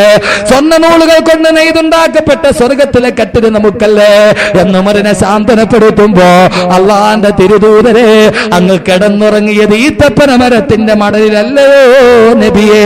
അള്ളാഹുവിന്റെ തിരുദൂതരെ, അങ്ങ് ശയിച്ച കട്ടില് ഈത്തപ്പന മരത്തിന്റെ മടലല്ലയോ നബിയെ? നഫസീല് ഹേ നമഹൽ സറാ तेरी फर्श है वही बुरिया, तेरी जिस्म पाक पीक कुबा वही तार तार है जाबदा, तेरी ज़ादगी तेरी कमाल है, सल्लू अलैहि व आलिही, सल्लू अलैहि व आलिही, नफसील है नमहल फरा, तेरी फर्श है वही बुरिया, नफसील है. ആ പ്രവാചകൻ കടന്നിറങ്ങിയത് ഒരു കുടിലിന് പോലുമല്ല. നമഹൽ സറാ, പ്രവാചകൻ ഒരു കോട്ടകളുമില്ല. തെരി ഫർശ് ഹേ വഹീ ബൂരിയാ, ഓ നബിയെ, അങ്ങ് കിടന്നിറങ്ങിയത് ഈത്തപ്പന മരത്തിന്റെ മടലിലല്ലയോ നബിയെ? അങ്ങയുടെ കിടപ്പറ ഈത്തപ്പന മരത്തിന്റെ മടലല്ലയോ നബിയെ? ആ പ്രവാചകന്റെ സുന്നത്ത് അനുഭവിക്കുന്ന മുസ്ലിം ഉമ്മത്ത് ഈ മലയാളക്കരയിലെ ഏറ്റവും ചെലവുള്ള വീടാരുടേതാ? ഈ മലയാളക്കരയിലെ കേരള സംസ്ഥാനത്തിലെ കോടികൾ ചെലവഴിച്ച ഈ കേരള സംസ്ഥാനത്തിലെ ഏറ്റവും വലിയ വീടിന്റെ ഉടമയാരാ? ഈ പ്രവാചകന്റെ അനുയായികൾപ്പെട്ടൊരു മനുഷ്യനല്ലേ, പേര് ഞാൻ പറയുന്നില്ല. ആ പ്രവാചകൻ കൊളുത്തി തന്ന ലാളിത്യത്തിന്റെ പ്രതീകം എവിടെ പോയി? പ്രവാചകൻ കൊളുത്തി തന്ന ആ എളിമയുടെ പ്രത്യാശയുടെ കിരണങ്ങൾ എവിടെ പോയി? ആ പ്രവാചകന്റെ വ്യക്തിത്വത്തിന്റെ പ്രകാശം എന്ത് എന്റെയും നിന്റെയും ജീവിതത്തിന്റെ വെളിച്ചമാകുന്നില്ല? रोशनी तुझको खत्म पैगंबरी तुझको पैद सिवा कोई वो यकीन किसी की मजाल है सल्लू अलैहि व आलिहि सल्लू अलैहि व आलिहि पर बहर में तेरी रोशनी तुझको खत्म पैगंबरी तुझको पैद सिवा कोई ആ പ്രവാചകൻ കൊളുത്തി തന്ന വെളിച്ചം അള്ളാന്റെ പ്രവാചകൻ ഈ ലാളിത്യത്തോടെ ജീവിക്കുമ്പോ കോട്ട കൊത്തളങ്ങളിൽ കിടന്നുറങ്ങുന്ന ശീതീകരിച്ച റൂമിലേക്ക് ഒരു കൊതുകിന് പോലും കടന്നു വരാത്ത രീതിയിൽ ശീതീകരിച്ച കോൺക്രീറ്റിന്റെ സൗധങ്ങളിൽ കടന്നുറങ്ങുന്ന എന്റെ പ്രിയപ്പെട്ട മുസ്ലിം ഉമ്മത്തെ ചോർന്നൊലിക്കുന്ന ചെറ്റപ്പുരകളിൽ അന്തി ഉറങ്ങാൻ കഴിയാറ് അനേകായിരങ്ങൾ വിറക് കൊള്ളികളെ പോലെ കടത്തിണ്ണകളിൽ വിറങ്ങലിച്ച് കിടക്കുമ്പോ എന്റെ പ്രിയപ്പെട്ട മുസ്ലിം ഉമ്മത്തെ നിങ്ങൾ കിടന്നുറങ്ങുന്നത് ഏത് വേട്ടിയ കോൺക്രീറ്റ് സൗധങ്ങളിലാ? റിക്ഷാവണ്ടി വലിച്ച് വലിച്ച് തളർന്ന് ചുമ ബാധിച്ചിട്ട് സ്വന്തം ജീവിതത്തിന്റെ രണ്ടറ്റം തമ്മിൽ കൂട്ടിമുട്ടിക്കാൻ കഴിയാതെ പുററിഞ്ഞു നിൽക്കുന്ന പാവപ്പെട്ട പെമ്മക്കളെ കെട്ടിക്കാൻ പള്ളിക്കോലാകളിൽ തുണി വിരിക്കുന്ന ആയിരക്കണക്കിന് പിതാക്കന്മാര് നമ്മുടെ മുന്നിൽ നിൽക്കുമ്പോ ആ വിവാഹ ചന്തയിൽ മാത്സര്യ ബുദ്ധിയോടെ കോടികൾ എറിഞ്ഞ് പകിട കളിക്കുന്ന ഉത്തമ സമുദായത്തിന്റെ പ്രിയപ്പെട്ട അംഗങ്ങള് വിവാഹ ചന്തയിൽ മാത്സര്യ ബുദ്ധിയോടെ കോടികൾ എറിഞ്ഞ് പകിട കളിക്കുന്ന എന്റെ പ്രിയപ്പെട്ട മുസ്ലിം ഉമ്മത്തെ ഫൈന ശരീഅത്ത് മുഹമ്മദിയ അല്ലാഹുവിന്റെ റസൂലിന്റെ സുന്നത്ത് എവിടെ? എനിക്കും നിങ്ങൾക്കും സ്വർഗ്ഗത്തിൽ പോണോ? അല്ലാഹുവിന്റെ റസൂലിന്റെ സുന്നത്ത് എടുക്ക. കദം കദം സുന്നത്തേ റസൂൽ पर चलो. ഓരോ കാലടിയും അല്ലാഹുവിന്റെ റസൂലിന്റെ സുന്നത്ത് എടുക്ക. ഇതിലാ ദലീല അല തരീഖി ഇലല്ലാ ഇല്ലാ മുതാബഅത്തുർ റസൂലിൽ മുക്മിലാ ഇതിലാ ദലീല അല തരീഖി ഇലല്ലാ ഇല്ലാ മുതാബഅത്തുർ റസൂലിൽ മുക്മിലാ. അല്ലാഹുവിനെ അറിയാനും അല്ലാഹുവിന്റെ സ്വർഗ്ഗത്തിലേക്ക് എത്താനും ആ പ്രവാചകൻ അനുധാവനം ചെയ്യാതല്ലാതെ മറ്റൊന്നുമില്ല. സ്വന്തം മക്കളെ 100 പവൻ വെച്ച് കെട്ടിച്ചു വിടാനും വിവാഹ ചന്തയിൽ മാത്സര്യ ബുദ്ധിയോടെ കോടികൾ എറിഞ്ഞ് പകിട കളിക്കാനും ഈ സമൂഹം കാണിക്കുന്ന വ്യഗ്രത. അള്ളാന്റെ റസൂലിന്റെ സുന്നത്ത് എവിടെ പോയി? ഫാത്തിമത്തു സഹറ എന്ന പൊന്നുമോളെ വിവാഹം കഴിച്ചു കൊടുക്കുമ്പോൾ പ്രവാചകൻ കൊടുത്ത സ്ത്രീധനം എത്രയാ, മഹർ എത്രയാ, പ്രവാചകൻ കൊടുത്ത വീടിന്റെ ഏക്കർ എത്രയാ? നമ്മുടെ മുന്നിലോ എന്റെ പ്രിയപ്പെട്ട സഹോദരങ്ങളെ ജീർണതകൾക്കെതിരെ ജിഹാദ് മുടക്കുമ്പോൾ വിവാഹത്തിന്റെ സദസ്സുകളിൽ നടത്തപ്പെടുന്ന ധൂർത്തിന്റെയും മാർഭാടത്തിന്റെയും അനാവശ്യത്തിന്റെയും അതിര് കവിയുടെയും ഏറ്റവും വലിയ ജീർണതകൾ ഈ സമൂഹത്തെ ഗ്രസിച്ചുകൊണ്ടേയിരിക്കുന്നു. അള്ളാന്റെ പ്രവാചകൻ ഈത്തപ്പന മരത്തിന്റെ മടലിൽ കടന്നുറങ്ങുമ്പോഴും ഈ പ്രവാചകന്റെ അനുയായിയാണ് കേരളത്തിലെ ഏറ്റവും വലിയ ചെലവുള്ള വീടിന്റെ ഉടമ, അല്ലേ? കേരള സംസ്ഥാനത്തിലെ 40 കോടി രൂപ വെച്ച് മടക്കിയ വീടിന്റെ ഉടമയാരാ? ഉത്തമ സമുദായത്തിന്റെ മെമ്പർഷിപ്പ് ഉള്ള ആള്. പേരൊന്നും ഞാൻ പറയുന്നില്ല, പത്രം വായിക്കണവർക്കറിയാം. എന്റെ പ്രിയപ്പെട്ട സഹോദരങ്ങളെ, അള്ളാന്റെ പ്രവാചകന്റെ ഫൈന ശരീഅത്ത് മുഹമ്മദിയ, പ്രവാചകന്റെ ശരീഅത്ത് എവിടെ പോയി? എന്റെ പ്രിയപ്പെട്ട മുസ്ലിം പെങ്ങളെ, അള്ളാഹുവിന്റെ റസൂലിന്റെ ശരീഅത്ത് എവിടെ പോയി? സുന്നത്ത് എവിടെ പോയി? എവിടെ പോയി? വിവാഹ ചന്തയിൽ എന്തൊക്കെ ആർഭാടങ്ങളാ വിവാഹങ്ങളിൽ. ഇവിടെ വിവാഹം നടക്കുന്ന അവിടെ വീടുകളിൽ, ആഡിറ്റോറിയത്തിൽ അല്ലേ? നമ്മുടെയൊക്കെ നാട്ടിൽ കൂടുതലും വീടുകളിലാണ് വിവാഹം നടക്കുക. ഇവിടെ ആഡിറ്റോറിയത്തിൽ ചെന്ന് പോണം, മാണും പെണ്ണും കൂടിക്കലർന്ന്. ഇപ്പൊ നിങ്ങൾ പോയി വേളാവൂര് പള്ളിയുടെ ഇതിന്റെ മുന്നിൽ വഴുത് കേൾക്കാൻ വേണ്ടി വന്നിരിക്കുന്ന എല്ലാ പെണ്ണുങ്ങളെ ഒന്ന് നോക്കി കണ്ടാ റാബിയത്തിൽ അദവിയാടെ കൊച്ചാപ്പാടെ മക്കളാന്ന് തോന്നും. എല്ലാത്തിനും മക്കനയുണ്ട്, പർദ്ദയുണ്ട്, പർദ്ദേന്റെ മേൽ പർദ്ദയുണ്ട്. പക്ഷെ ഇതുങ്ങളെയൊക്കെ ആഡിറ്റോറിയത്തിൽ വെച്ച് കാണണം, ഏതോ മദാമയുടെ അനിയത്തിയാന്ന് തോന്നും. കണ്ട വഴുത് കേൾക്കാൻ വേണ്ടി വരുമ്പോ എല്ലാ പെണ്ണുങ്ങൾക്കും പർദ്ദയുണ്ട്. ഏത് പെണ്ണുങ്ങൾ ഒരു പർദ്ദ മേടിച്ചു വെച്ചിരിക്കും, കാരണം ആരെങ്കിലും മരിച്ചാൽ കാണാൻ പോകാനും വധുവിന് പോകാനും. ഇപ്പൊ എല്ലാവരും റാബിയത്തുൽ അദവിയാടെ അടുത്ത ആളുകളാ. പക്ഷേ ഇതുങ്ങളുടെ നേരെ സ്വഭാവം അറിയണമെങ്കിൽ ആഡിറ്റോറിയത്തിൽ പോകണം, ഇല്ലേ? ആഡിറ്റോറിയത്തിൽ പോയാൽ സാനിയ മിർസ പുതിയ അവതാരം. സാനിയ മിർസ ഇട്ട അതേ മൂക്കുത്തി വേണം. ഇനിയിപ്പോ സാനിയ മിർസ ആണേലും കൊള്ളാം, സാലിസ മിർസ ആണേലും കൊള്ളാം. ഞാനോർത്ത് ഈ സാനിയ മിർസ എന്ന് പറഞ്ഞ പെണ്ണിന് മാത്രം പത്രത്തിൽ ഇത്രത്തോളം കവറേജ് കിട്ടുന്ന എന്താ? സാനിയ മിർസ എല്ലായിടത്തും ഒരു തരംഗവാ. ആരോ പറഞ്ഞു സാനിയ മിർസയോട് ടെന്നീസ് കളിക്കുമ്പോൾ മര്യാദയ്ക്ക് തുണി ഉടുത്തിട്ട് കളിക്കണം, ഇല്ലെങ്കിൽ നിന്നെ ഇസ്ലാമിക ശരീഅത്തിനെതിരാണെന്ന് മുസ്ലിം പണ്ഡിതന്മാർ ഫത്വ ഇറക്കിയപ്പോൾ ഇവിടുത്തെ ചെറുപ്പക്കാർ മുഴുവൻ തെരുവിലിറങ്ങി. ഈ മൂല്യാക്കന്മാർക്ക് എന്തൊരു സ്വഭാവം, ഒന്നും കാണാൻ സമ്മതിക്കുന്നില്ല. സാനിയ മിർസാന്റെ ഫോട്ടോ കണ്ടപ്പോൾ ഞാൻ വിചാരിച്ചത് എന്താ ഈ സാധനം എന്ന് എനിക്ക് അറിഞ്ഞുകൂടാ. അപ്പൊ ഒരു ദിവസം ഈ വലിയ വിവാദമൊക്കെ നടത്തിയപ്പോ ഈ സാനിയ മിർസ, ഏതായാലും ഞാൻ ഒരു ദിവസം മലയാള മനോരമയുടെ ഫ്രണ്ടിൽ പേജിൽ സാനിയ മിർസാന്റെ ഫോട്ടോ ഞാൻ കണ്ടപ്പം വിചാരിച്ചു ആളുകൾ വെറുതെ അല്ല പറഞ്ഞ, കണ്ടപ്പോഴേ മനസ്സിലായി പട്ടയം കിട്ടാത്ത പ്രദേശമാണ് കൂടുതലും. ഞാൻ ഓർത്ത് ഈ പെണ്ണിനെ കുറിച്ചാണ് ഇങ്ങനെ പറഞ്ഞത്. അങ്ങനെ ഞാൻ നോക്കിയപ്പോ ആ പെണ്ണിന്റെ ഫോട്ടോയുടെ പുറകിൽ വേറൊരു സാധനം നിൽക്കുന്നു. നോക്കിയപ്പോ ഇത് ഉടുത്തതിന്റെ പകുതി തുണി പോലും അതും എടുത്തിട്ടില്ല. ആരാന്നറിയാവോ? നസീമ മിർസ, അവളുടെ ഉമ്മ യാത്ര. ഉമ്മാക്ക് ഇത്ര അല്ലെങ്കിൽ പിന്നെ മോളുടെ കാര്യം പറയേണ്ട കാര്യമുണ്ടോ? പണ്ടത്തെ ആളുകൾ പറയും ഉമ്മ വേലിയാടിയാ മോള് മതിലിയാടുമെന്ന്. എന്റെ പ്രിയപ്പെട്ട സഹോദരങ്ങളെ, സാനിയ മിർസാനെ പോലും ലജ്ജിപ്പിക്കുന്ന വേഷവിധാനങ്ങൾ ആ മുസ്ലിം പെണ്ണിന് കല്യാണത്തിന്റെ സദസ്സിൽ. ഞാനൊന്ന് ചോദിച്ചോട്ടെ, ഈ കല്യാണത്തിന് ഈ പെണ്ണുങ്ങൾ മുഴുവൻ പോകണം എന്തിനാ? പോകേണ്ട ആവശ്യമുണ്ടോ? ക്ഷണത്തിന് ഉത്തരം കൊടുക്കണം. ഒന്നുകിൽ പ്രായപൂർത്തിയായ ആമക്കളെ ഉടനെ ഓഡിറ്റോറിയത്തിൽ, ഇല്ലേ ഭർത്താക്കന്മാരോട് പോയിട്ട് വരാൻ പറയണം. ഇതല്ലെങ്കിൽ ഇനിയിപ്പോ പോകേണ്ടി വന്നോ, തലേ ദിവസം എങ്ങാനും കല്യാണ വീട്ടിൽ പർദ്ദയിട്ട് നല്ല രീതിയിൽ പോയിട്ട് വരണം. കല്യാണം എന്ന് കേട്ടാ പിന്നെ ചാകര മാതിരി അങ്ങടെ ഇറങ്ങല. ആഡിറ്റോറിയം നിറച്ച് ഈ കുളത്തിൽ വാൽമാക്രി കുഞ്ഞുങ്ങൾ കിടന്നിട്ട് പൊളയണ മാതിരി നിക്കാഹ് അങ്ങോട്ട് നടക്കും. ഇവിടെ വേറൊരു സൈസ് പരിപാടി നടക്കും. എന്നിട്ടോ ജീർണതകൾക്കെതിരെ ജിഹാഡ് മുടക്കുമ്പോൾ അല്ലാഹുവിന്റെ റസൂലിന്റെ സുന്നത്ത് ഇവിടെ പോയി. നിക്കാഹിന്റെ സുന്നത്ത് എന്ന് പറഞ്ഞാൽ എന്താ? നിക്കാഹ് എന്താ? 10,000 പേരെ വിളിച്ചുകൂട്ടി 10,000 രൂപ ഓഡിറ്റോറിയത്തിന് വാടകയും കൊടുത്ത് 5,000 രൂപ ടി വിക്കാരനും വീഡിയോയും കൊടുത്ത് തൊലിവെളുത്ത പെണ്ണുങ്ങളെ മുഴുവനും മുമ്പിൽ കൊണ്ടുപോയി ഓഡിറ്റോറിയത്തിന്റെ മുൻപിലിരുത്തിയിട്ട് കുറെ താലയും കെട്ടിട്ട് നടത്തലാണ് നിക്കാഹ്. നിക്കാഹ് എന്ന് പറഞ്ഞാൽ എന്താ? 2 സാക്ഷികൾ അവരുടെ സാന്നിധ്യത്തിൽ പെണ്ണിന്റെ പിതാവ് വരന്റെ കയ്യിൽ പിടിച്ചിട്ട് കൊടുക്കണം, മോനെ എന്റെ മോളെ നിന്നെ ഏൽപ്പിച്ചേക്കാ, ദൗജ തുക്ക വാങ്കഹു തുക്ക പറഞ്ഞ് ഏൽപ്പിക്കണം. തീർന്നു, അത്രേ ഉള്ളൂ നിക്കാഹ്. അല്ലാതെ ഈ പറഞ്ഞ കോലാഹലൊന്നും കല്യാണത്തിന് വേണ്ട. ഇത് പെണ്ണിന്റെ ചെറുക്കൻ ആങ്ങളെ ഇങ്ങനെ കാത്തിരിക്കും ഓഡിറ്റോറിയത്തിന്റെ വേണ്ടി. പുതിയാപ്പിള വന്നങ്ങടെ ഇറങ്ങുമ്പോൾ ഈ ആങ്ങളയുടെ കയ്യിൽ ഒരു സാധനം ഉണ്ടാവും. അത് ഇതിനു മുമ്പ് കണ്ടിട്ടിരിക്കുന്ന പുരാണത്തിൽ ഹനുമാന്റെ കയ്യിലാണ്. ആ സാധനം എടുത്തിട്ട് ഇറങ്ങി വന്ന പുതിയാപ്പിളയുടെ കൈ കൊടുക്കും. ഇന്നാടാ പിടിച്ചോ, ഇതിനേക്കാളും വലിയ അതാപായി നിനക്ക് ഇതിന്റെ പുറകെ വരാൻ പോണത്. എന്റെ പെങ്ങള് ഇന്നാ നീ ഇത് പിടിച്ചോ. പൂച്ചണ്ട് കൊടുക്കല് ഏതടിസ്ഥാനത്തിൽ? അത് ഇസ്ലാമിക സംസ്കാരമാ. പിന്നീട് എന്താ കല്യാണം എന്ന് പറഞ്ഞാൽ പിന്നെ 1-2 ദിവസം കൊണ്ട് തീരുവോ ഈ സാധനം? കല്യാണത്തിന്റെ പേരിൽ ഏറ്റവും കൂടുതൽ അനാചാരങ്ങൾ നടക്കുന്നത് കൊല്ലം, തിരുവനന്തപുരം ജില്ലകളിലാണ്. ഇപ്പൊ നിങ്ങൾ എന്ത് ചെയ്താലും ശരി. നമ്മുടെ നാട്ടിലൊന്നും ഇത്രയില്ല. നമ്മുടെ നാട്ടിലൊന്നുമില്ല. സ്ത്രീധനം ഏറ്റവും കൂടുതൽ എവിടെയാ? കൊല്ലം, തിരുവനന്തപുരം ജില്ല. എൻ്റെ ഒരു കൂട്ടുകാരൻ ഇപ്പൊ സ്ത്രീധനം മേടിക്കുന്ന എങ്ങനെയാ? എൻ്റെ ഒരു കൂട്ടുകാരൻ, എൻ്റെ നാട്ടിൽ കുറെ കൂട്ടുകാരൻ, നമ്മുടെ ഒരു ബാച്ചിലർമാര്. ഞാൻ എൻ്റെ നാട്ടിൽ പോയിട്ട് തിരിച്ചൊരു മൗമാര് പറഞ്ഞു, ഉസ്താദിന് കൊല്ലത്തൊക്കെ അല്ലേ ജോലി, അവിടെയൊക്കെ നല്ല സ്ത്രീധനം കിട്ടണം, നമുക്ക് പറ്റിയൊരു കേസ് വല്ലതും ഉണ്ടേ പറയണം. ഞാൻ മുന്നടാ പുള്ള, എനിക്ക് ബ്രോക്കറിന്റെ ജോലിയൊന്നുമില്ല. അല്ല ഉസ്താദിന്റെ അടുത്ത് ആരെങ്കിലും ഒക്കെ പറയൂലോ. അപ്പൊ ഉസ്താദ് ഒന്ന് പറയണം. ഞാൻ പറഞ്ഞു ശരി പറയാം. അപ്പൊ നിന്റെ എന്താ ഡിമാൻഡ്? കല്യാണം കഴിക്കുമ്പോൾ ഡിമാൻഡ് ഉണ്ടല്ലോ, എന്താ ഡിമാൻഡ്?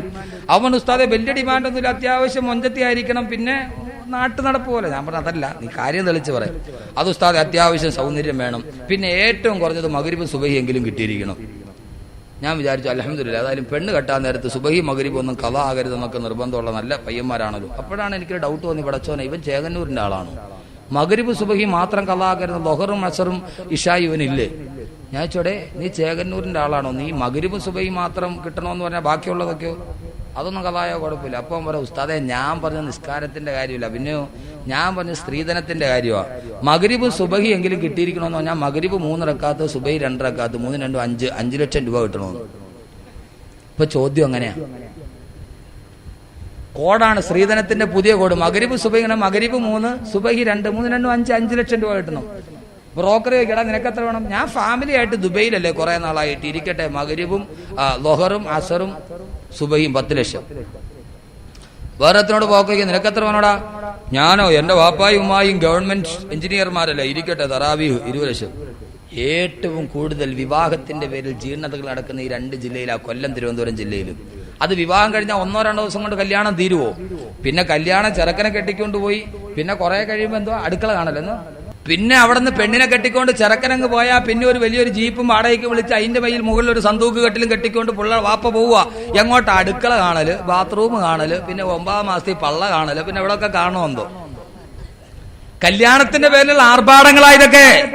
അള്ളാഹുവിന്റെ പ്രവാചകന്റെ സുന്നത്തെന്താ വിവാഹത്തിന്റെ കാര്യത്തിൽ? ബഹുമാനപ്പെട്ട ഫാത്തിമത്തു സുഹ്റാനെ അലി റളിയല്ലാഹു തആല വിവാഹം കഴിച്ചു കൊടുക്കുമ്പോൾ പ്രവാചകൻ സ്വീകരിച്ച നിലപാടെന്താ? എന്റെ പ്രിയപ്പെട്ട സഹോദരങ്ങളെ, പ്രവാചകന്റെ സുന്നത്തിനെ കുറിച്ച് പറയുമ്പോൾ ആരും തെറ്റിദ്ധരിച്ചു പോകണ്ട. ദാടി വെക്കലോ തെറ്റുവെക്കലോ അതല്ലെങ്കിൽ തസ്ബീഹുമാലയുമായിട്ട് പള്ളിയുടെ തൂണിന്റെ കീഴിൽ പോയി ഭജനമിരിക്കലോ മാത്രമല്ല പ്രവാചക സുന്നത്ത്. എല്ലാവരും തെറ്റിദ്ധരിച്ചു പോയതെങ്ങനെ? അള്ളാഹുവിന്റെ റസൂലിന്റെ സുന്നത്ത് വേണമെന്ന് പറഞ്ഞാൽ ദാടി ഇങ്ങനെ നീട്ടി വളർത്തി ഒരു തൊപ്പിയും വെച്ച് നിസ്കാരത്തറമ്പും വെച്ചിട്ട് പള്ളിയുടെ മുകളിൽ കീഴയിരുന്നാൽ അത് അള്ളാഹുവിന്റെ റസൂലിന്റെ സുന്നത്താണെന്ന് തെറ്റിദ്ധരിച്ചു പോയവര്. അത് സുന്നത്താണ്, ദാടി വെക്കൽ സുന്നത്താണ്, തൊപ്പി വെക്കൽ സുന്നത്താണ്, തസ്ബീഹ് ചൊല്ലൽ സുന്നത്താണ്. പക്ഷേ അതിനേക്കാളേറെ സ്വന്തം ജീവിതം ഇസ്ലാമികമാക്കൽ അള്ളാഹുവിന്റെ റസൂലിന്റെ സുന്നത്തല്ലേ? എന്റെ പ്രിയപ്പെട്ട മുസ്ലിം പെങ്ങന്മാരോട് ഞാൻ ചോദിക്കട്ടെ, അള്ളാഹുവിന്റെ റസൂലിന്റെ ഭാര്യമാരെ പോലെ സ്വർഗത്തിൽ പോകാൻ കാത്തിരിക്കുമ്പോ, അള്ളാഹുവിന്റെ പ്രവാചകന്റെ മക്കളെ പോലെ സ്വർഗത്തിലെത്താൻ കാത്തിരിക്കുമ്പോ പെങ്ങളെ ജീവിതത്തിൽ ഏറ്റവും കൂടുതൽ ആഗ്രഹിക്കേണ്ടത് എന്തിനെ കുറിച്ചാ? അള്ളാഹുവിന്റെ പ്രവാചകന്റെ ഭാര്യമാരുടെ കൂടെ, ആയിഷ ബീവിയുടെ കൂടെ, ഖദീജ ബീവിയുടെ കൂടെ സ്വർഗത്തിലെത്താനുള്ള ആഗ്രഹമല്ലേ നമുക്ക് വേണ്ടത്? എന്റെ പ്രിയപ്പെട്ട പെങ്ങന്മാര് പ്രത്യേകം ശ്രമിക്കുക. അള്ളാഹുവിന്റെ പ്രവാചകന്റെ സമക്ഷത്തിലേക്ക് ഒരു പെൺകൊടി കടന്നു വരികയാ. ആരാ പെണ്ണെന്നറിയുമോ? മദീനയിലെ ഏറ്റവും സൗന്ദര്യമുള്ള, മദീനയിലെ ചെറുപ്പക്കാരുടെ സ്വപ്നത്തിലെ റാണിയായ, മദീനയിലെ ചെറുപ്പക്കാർ മുഴുവനും രാത്രിയിൽ സ്വപ്നം കാണുന്ന സുന്ദരമായ മുഖത്തിന്റെ ഉടമ, മദീനയിലെ ചെറുപ്പക്കാർ മുഴുവനും ഒരു നോക്ക് കാണാൻ വേണ്ടി കാത്തു നിൽക്കുന്ന ഏറ്റവും സൗന്ദര്യമുള്ള മദീനത്തെ പെണ്ണ്. അതായത് ഒറ്റ വാക്കിൽ പറഞ്ഞാൽ മിസ് മദീന പ്രവാചകന്റെ അടുക്കൽ വന്നു എന്ന് കരുതുക. അള്ളാഹുവിന്റെ പ്രവാചകന്റെ അടുക്കലേക്ക് കടന്നു വന്ന ഏറ്റവും സൗന്ദര്യമുള്ള പെണ്ണ് പറയുന്നു, നബിയേ നഫ്സി ഫിദാഉൻ ലക യാ റസൂലല്ലാഹ് സവ്വിദിനി യാ റസൂലല്ലാഹ്. അള്ളാഹുവിന്റെ നബിയേ, എന്റെ ഈ പൊൻവർണ്ണ കോമള മൃദുലമായ ശരീരം ഞാൻ അങ്ങേക്ക് സമർപ്പിക്കുന്നു നബിയേ. സവ്വിദിനി യാ റസൂലല്ലാഹ്, അങ്ങനെ ഒന്ന് വിവാഹം ചെയ്യുമോ നബിയേ? അള്ളാഹുവിന്റെ പ്രവാചകനോട് വന്ന് ചോദിക്കുന്നത് ആരാ? മദീനയിലെ ഏറ്റവും സൗന്ദര്യമുള്ള പെണ്ണാണ്. പ്രവാചകന്റെ വ്യക്തിത്വത്തെ കുറിച്ച് ഇതും മനസ്സിലാക്കുക. പ്രവാചകനെ സ്ത്രീലംബനായി ചിത്രീകരിക്കുമ്പോ യുക്തിവാദികളുടെ നേതാവായ ഇടമറകടക്കമുള്ള ആളുകൾ മുഴുവനും പ്രവാചകനെ സ്ത്രീലംബടന്മാരായി ചിത്രീകരിക്കുമ്പോ ആധുനിക രാഷ്ട്രീയ മതമേലധ്യക്ഷന്മാരുടെ വ്യക്തിത്വം അളക്കാൻ അവരുടെ അടിച്ചുതടിക്കാരിയായ പെണ്ണിന്റെ അടിവസ്ത്രം പോലും ലാഭിനയിച്ച് പ്രതിശോധിക്കേണ്ട കാലഘട്ടത്ത് അള്ളാഹുവിന്റെ പ്രവാചകന്റെ അടുക്കലേക്ക് വന്നിട്ട് മദീനയിലെ ഏറ്റവും സൗന്ദര്യമുള്ള മിസ് മദീന പ്രവാചകനോട് പറയുന്നത് എന്താ? നബിയേ, എന്റെ ഈ സുന്ദരമായ ശരീരം ഞാൻ അങ്ങേക്ക് സമർപ്പിച്ചു നബിയേ. സവ്വിദിനി യാ റസൂലല്ലാഹ്, അങ്ങനെ ഒന്ന് വിവാഹം ചെയ്യുമോ നബിയേ? ഒന്നാലോചിച്ചു നോക്ക്. മിസ് കാവ്യമാടവം വന്നിട്ട് നമ്മളോടൊന്ന് വിവാഹം ചെയ്യാൻ പറഞ്ഞാൽ നമ്മുടെ പ്രതികരണം എന്താ? ഈ 14 ലോകം കിട്ടിയ സന്തോഷമല്ലേ?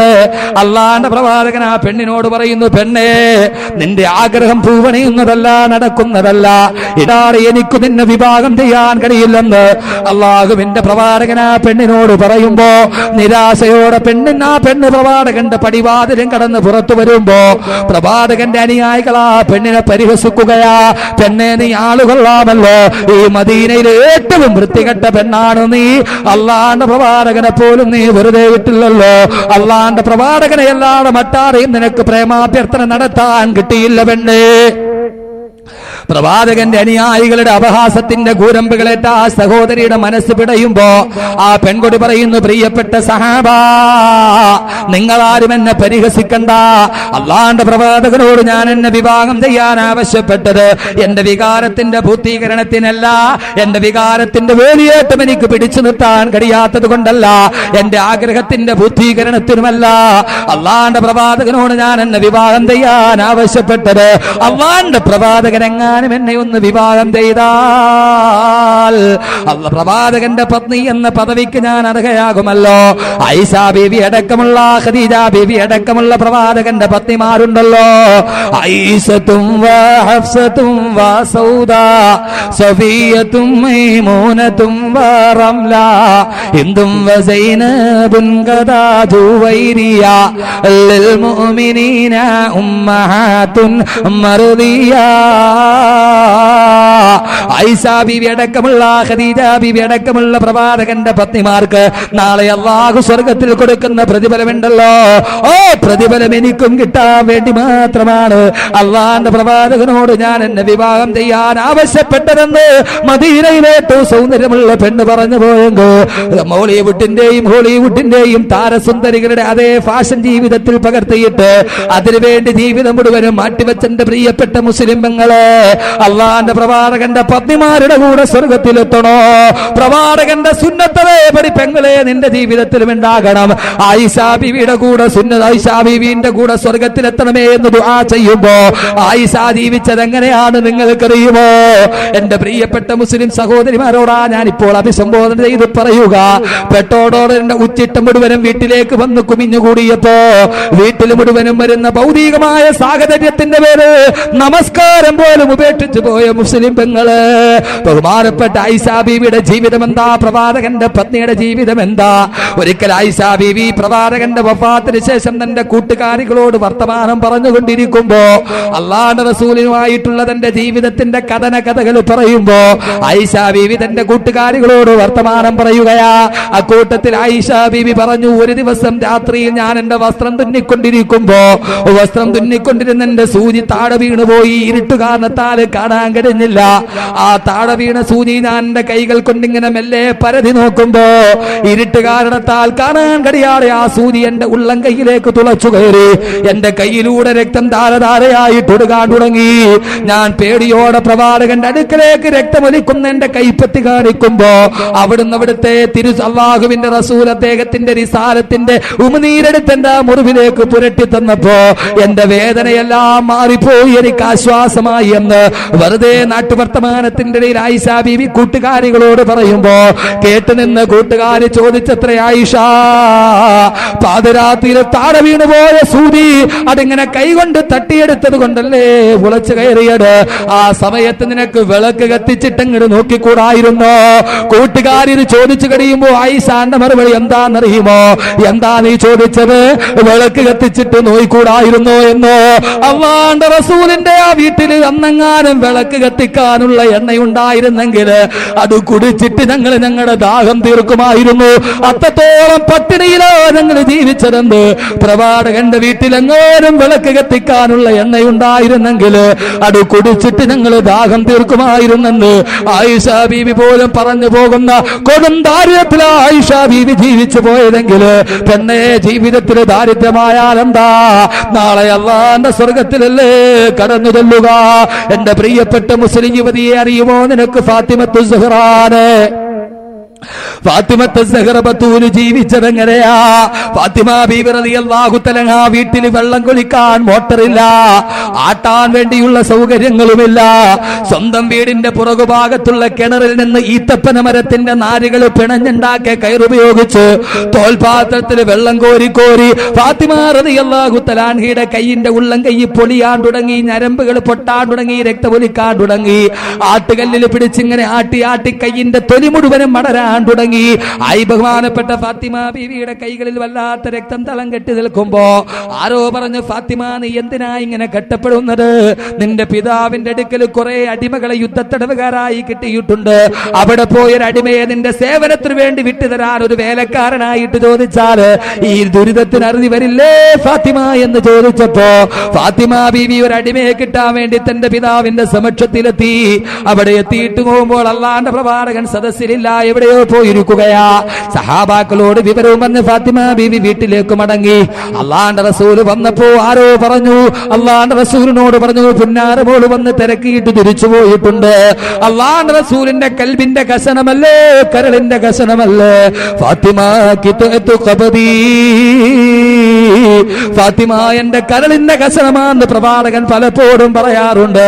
അള്ളാന്റെ റസൂല് ഫാത്തിമാന്റെ വീട്ടിലെത്തുമ്പോ അലി റളിയല്ലാഹു തആല അൻഹു ഫാത്തിമ ബീവി ഇരിക്കുന്നതിന്റെ നടുക്ക് പ്രവാചകൻ ഇരുന്നു. ചോദിച്ചു, മോളെ ഫാത്തിമ എന്തിനാ നീ എന്നെ കാണാൻ വന്നത്?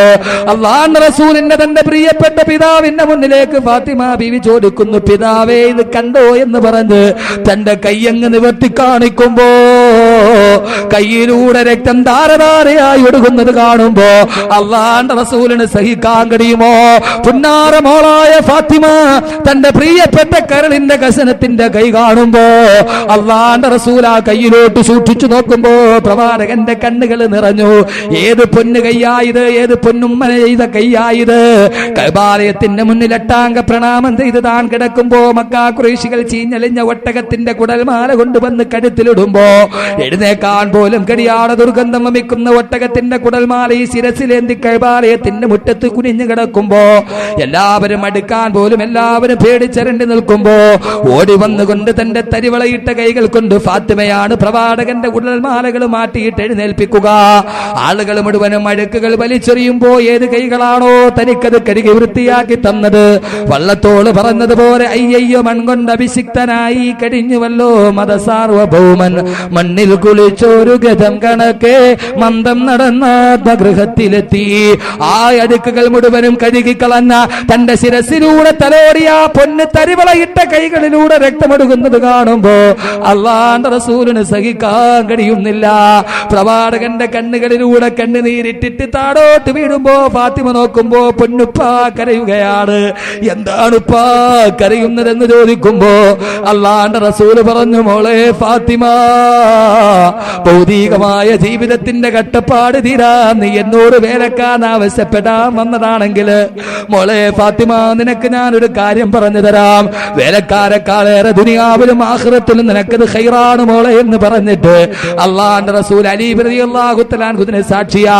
അലി റളിയല്ലാഹു തആല അൻഹു സാക്ഷി നിർത്തിയിട്ട് പ്രവാചകൻ പറയുന്നു, മോളെ ഫാത്തിമ, നിനക്ക് ഞാനൊരു കാര്യം പറഞ്ഞു തരാം. ദുനിയാവിലും ആഖിറത്തിലും നിനക്കത് ഖൈറാണ് മോളെ എന്ന് പറഞ്ഞിട്ട് പറയുന്നു, കിടക്കാൻ വേണ്ടി നീ വിരിപ്പിലേക്ക് പോകുന്നതിന് മുമ്പ് ആയത്തുൽ കുർസിയും ഫാത്തിഹയും ഓതിയതിനു ശേഷം നീ 33 പ്രാവശ്യം സുബ്ഹാനല്ലാഹ് പറഞ്ഞു, 33 പ്രാവശ്യം അൽഹംദുലില്ലാഹ് എന്ന് പറഞ്ഞു, 34 പ്രാവശ്യം അല്ലാഹു അക്ബർ എന്ന് പറഞ്ഞിട്ട് കിടന്നുറങ്ങിക്കോ. ദുനിയാവിലും ആഖിറത്തിലും ഇതിനേക്കാൾ നിനക്ക് ഖൈറാണ് മോളെ എന്ന് ആദരവായ നബി മുഹമ്മദ് മുസ്തഫ അല്ലാഹുവിന്റെ പ്രവാചകൻ ഇത് പറയുമ്പോ എന്റെ പ്രിയപ്പെട്ട സഹോദരങ്ങളെ, അലി റളിയല്ലാഹു തആല അൻഹു ഇതിന് സാക്ഷിയാണ്.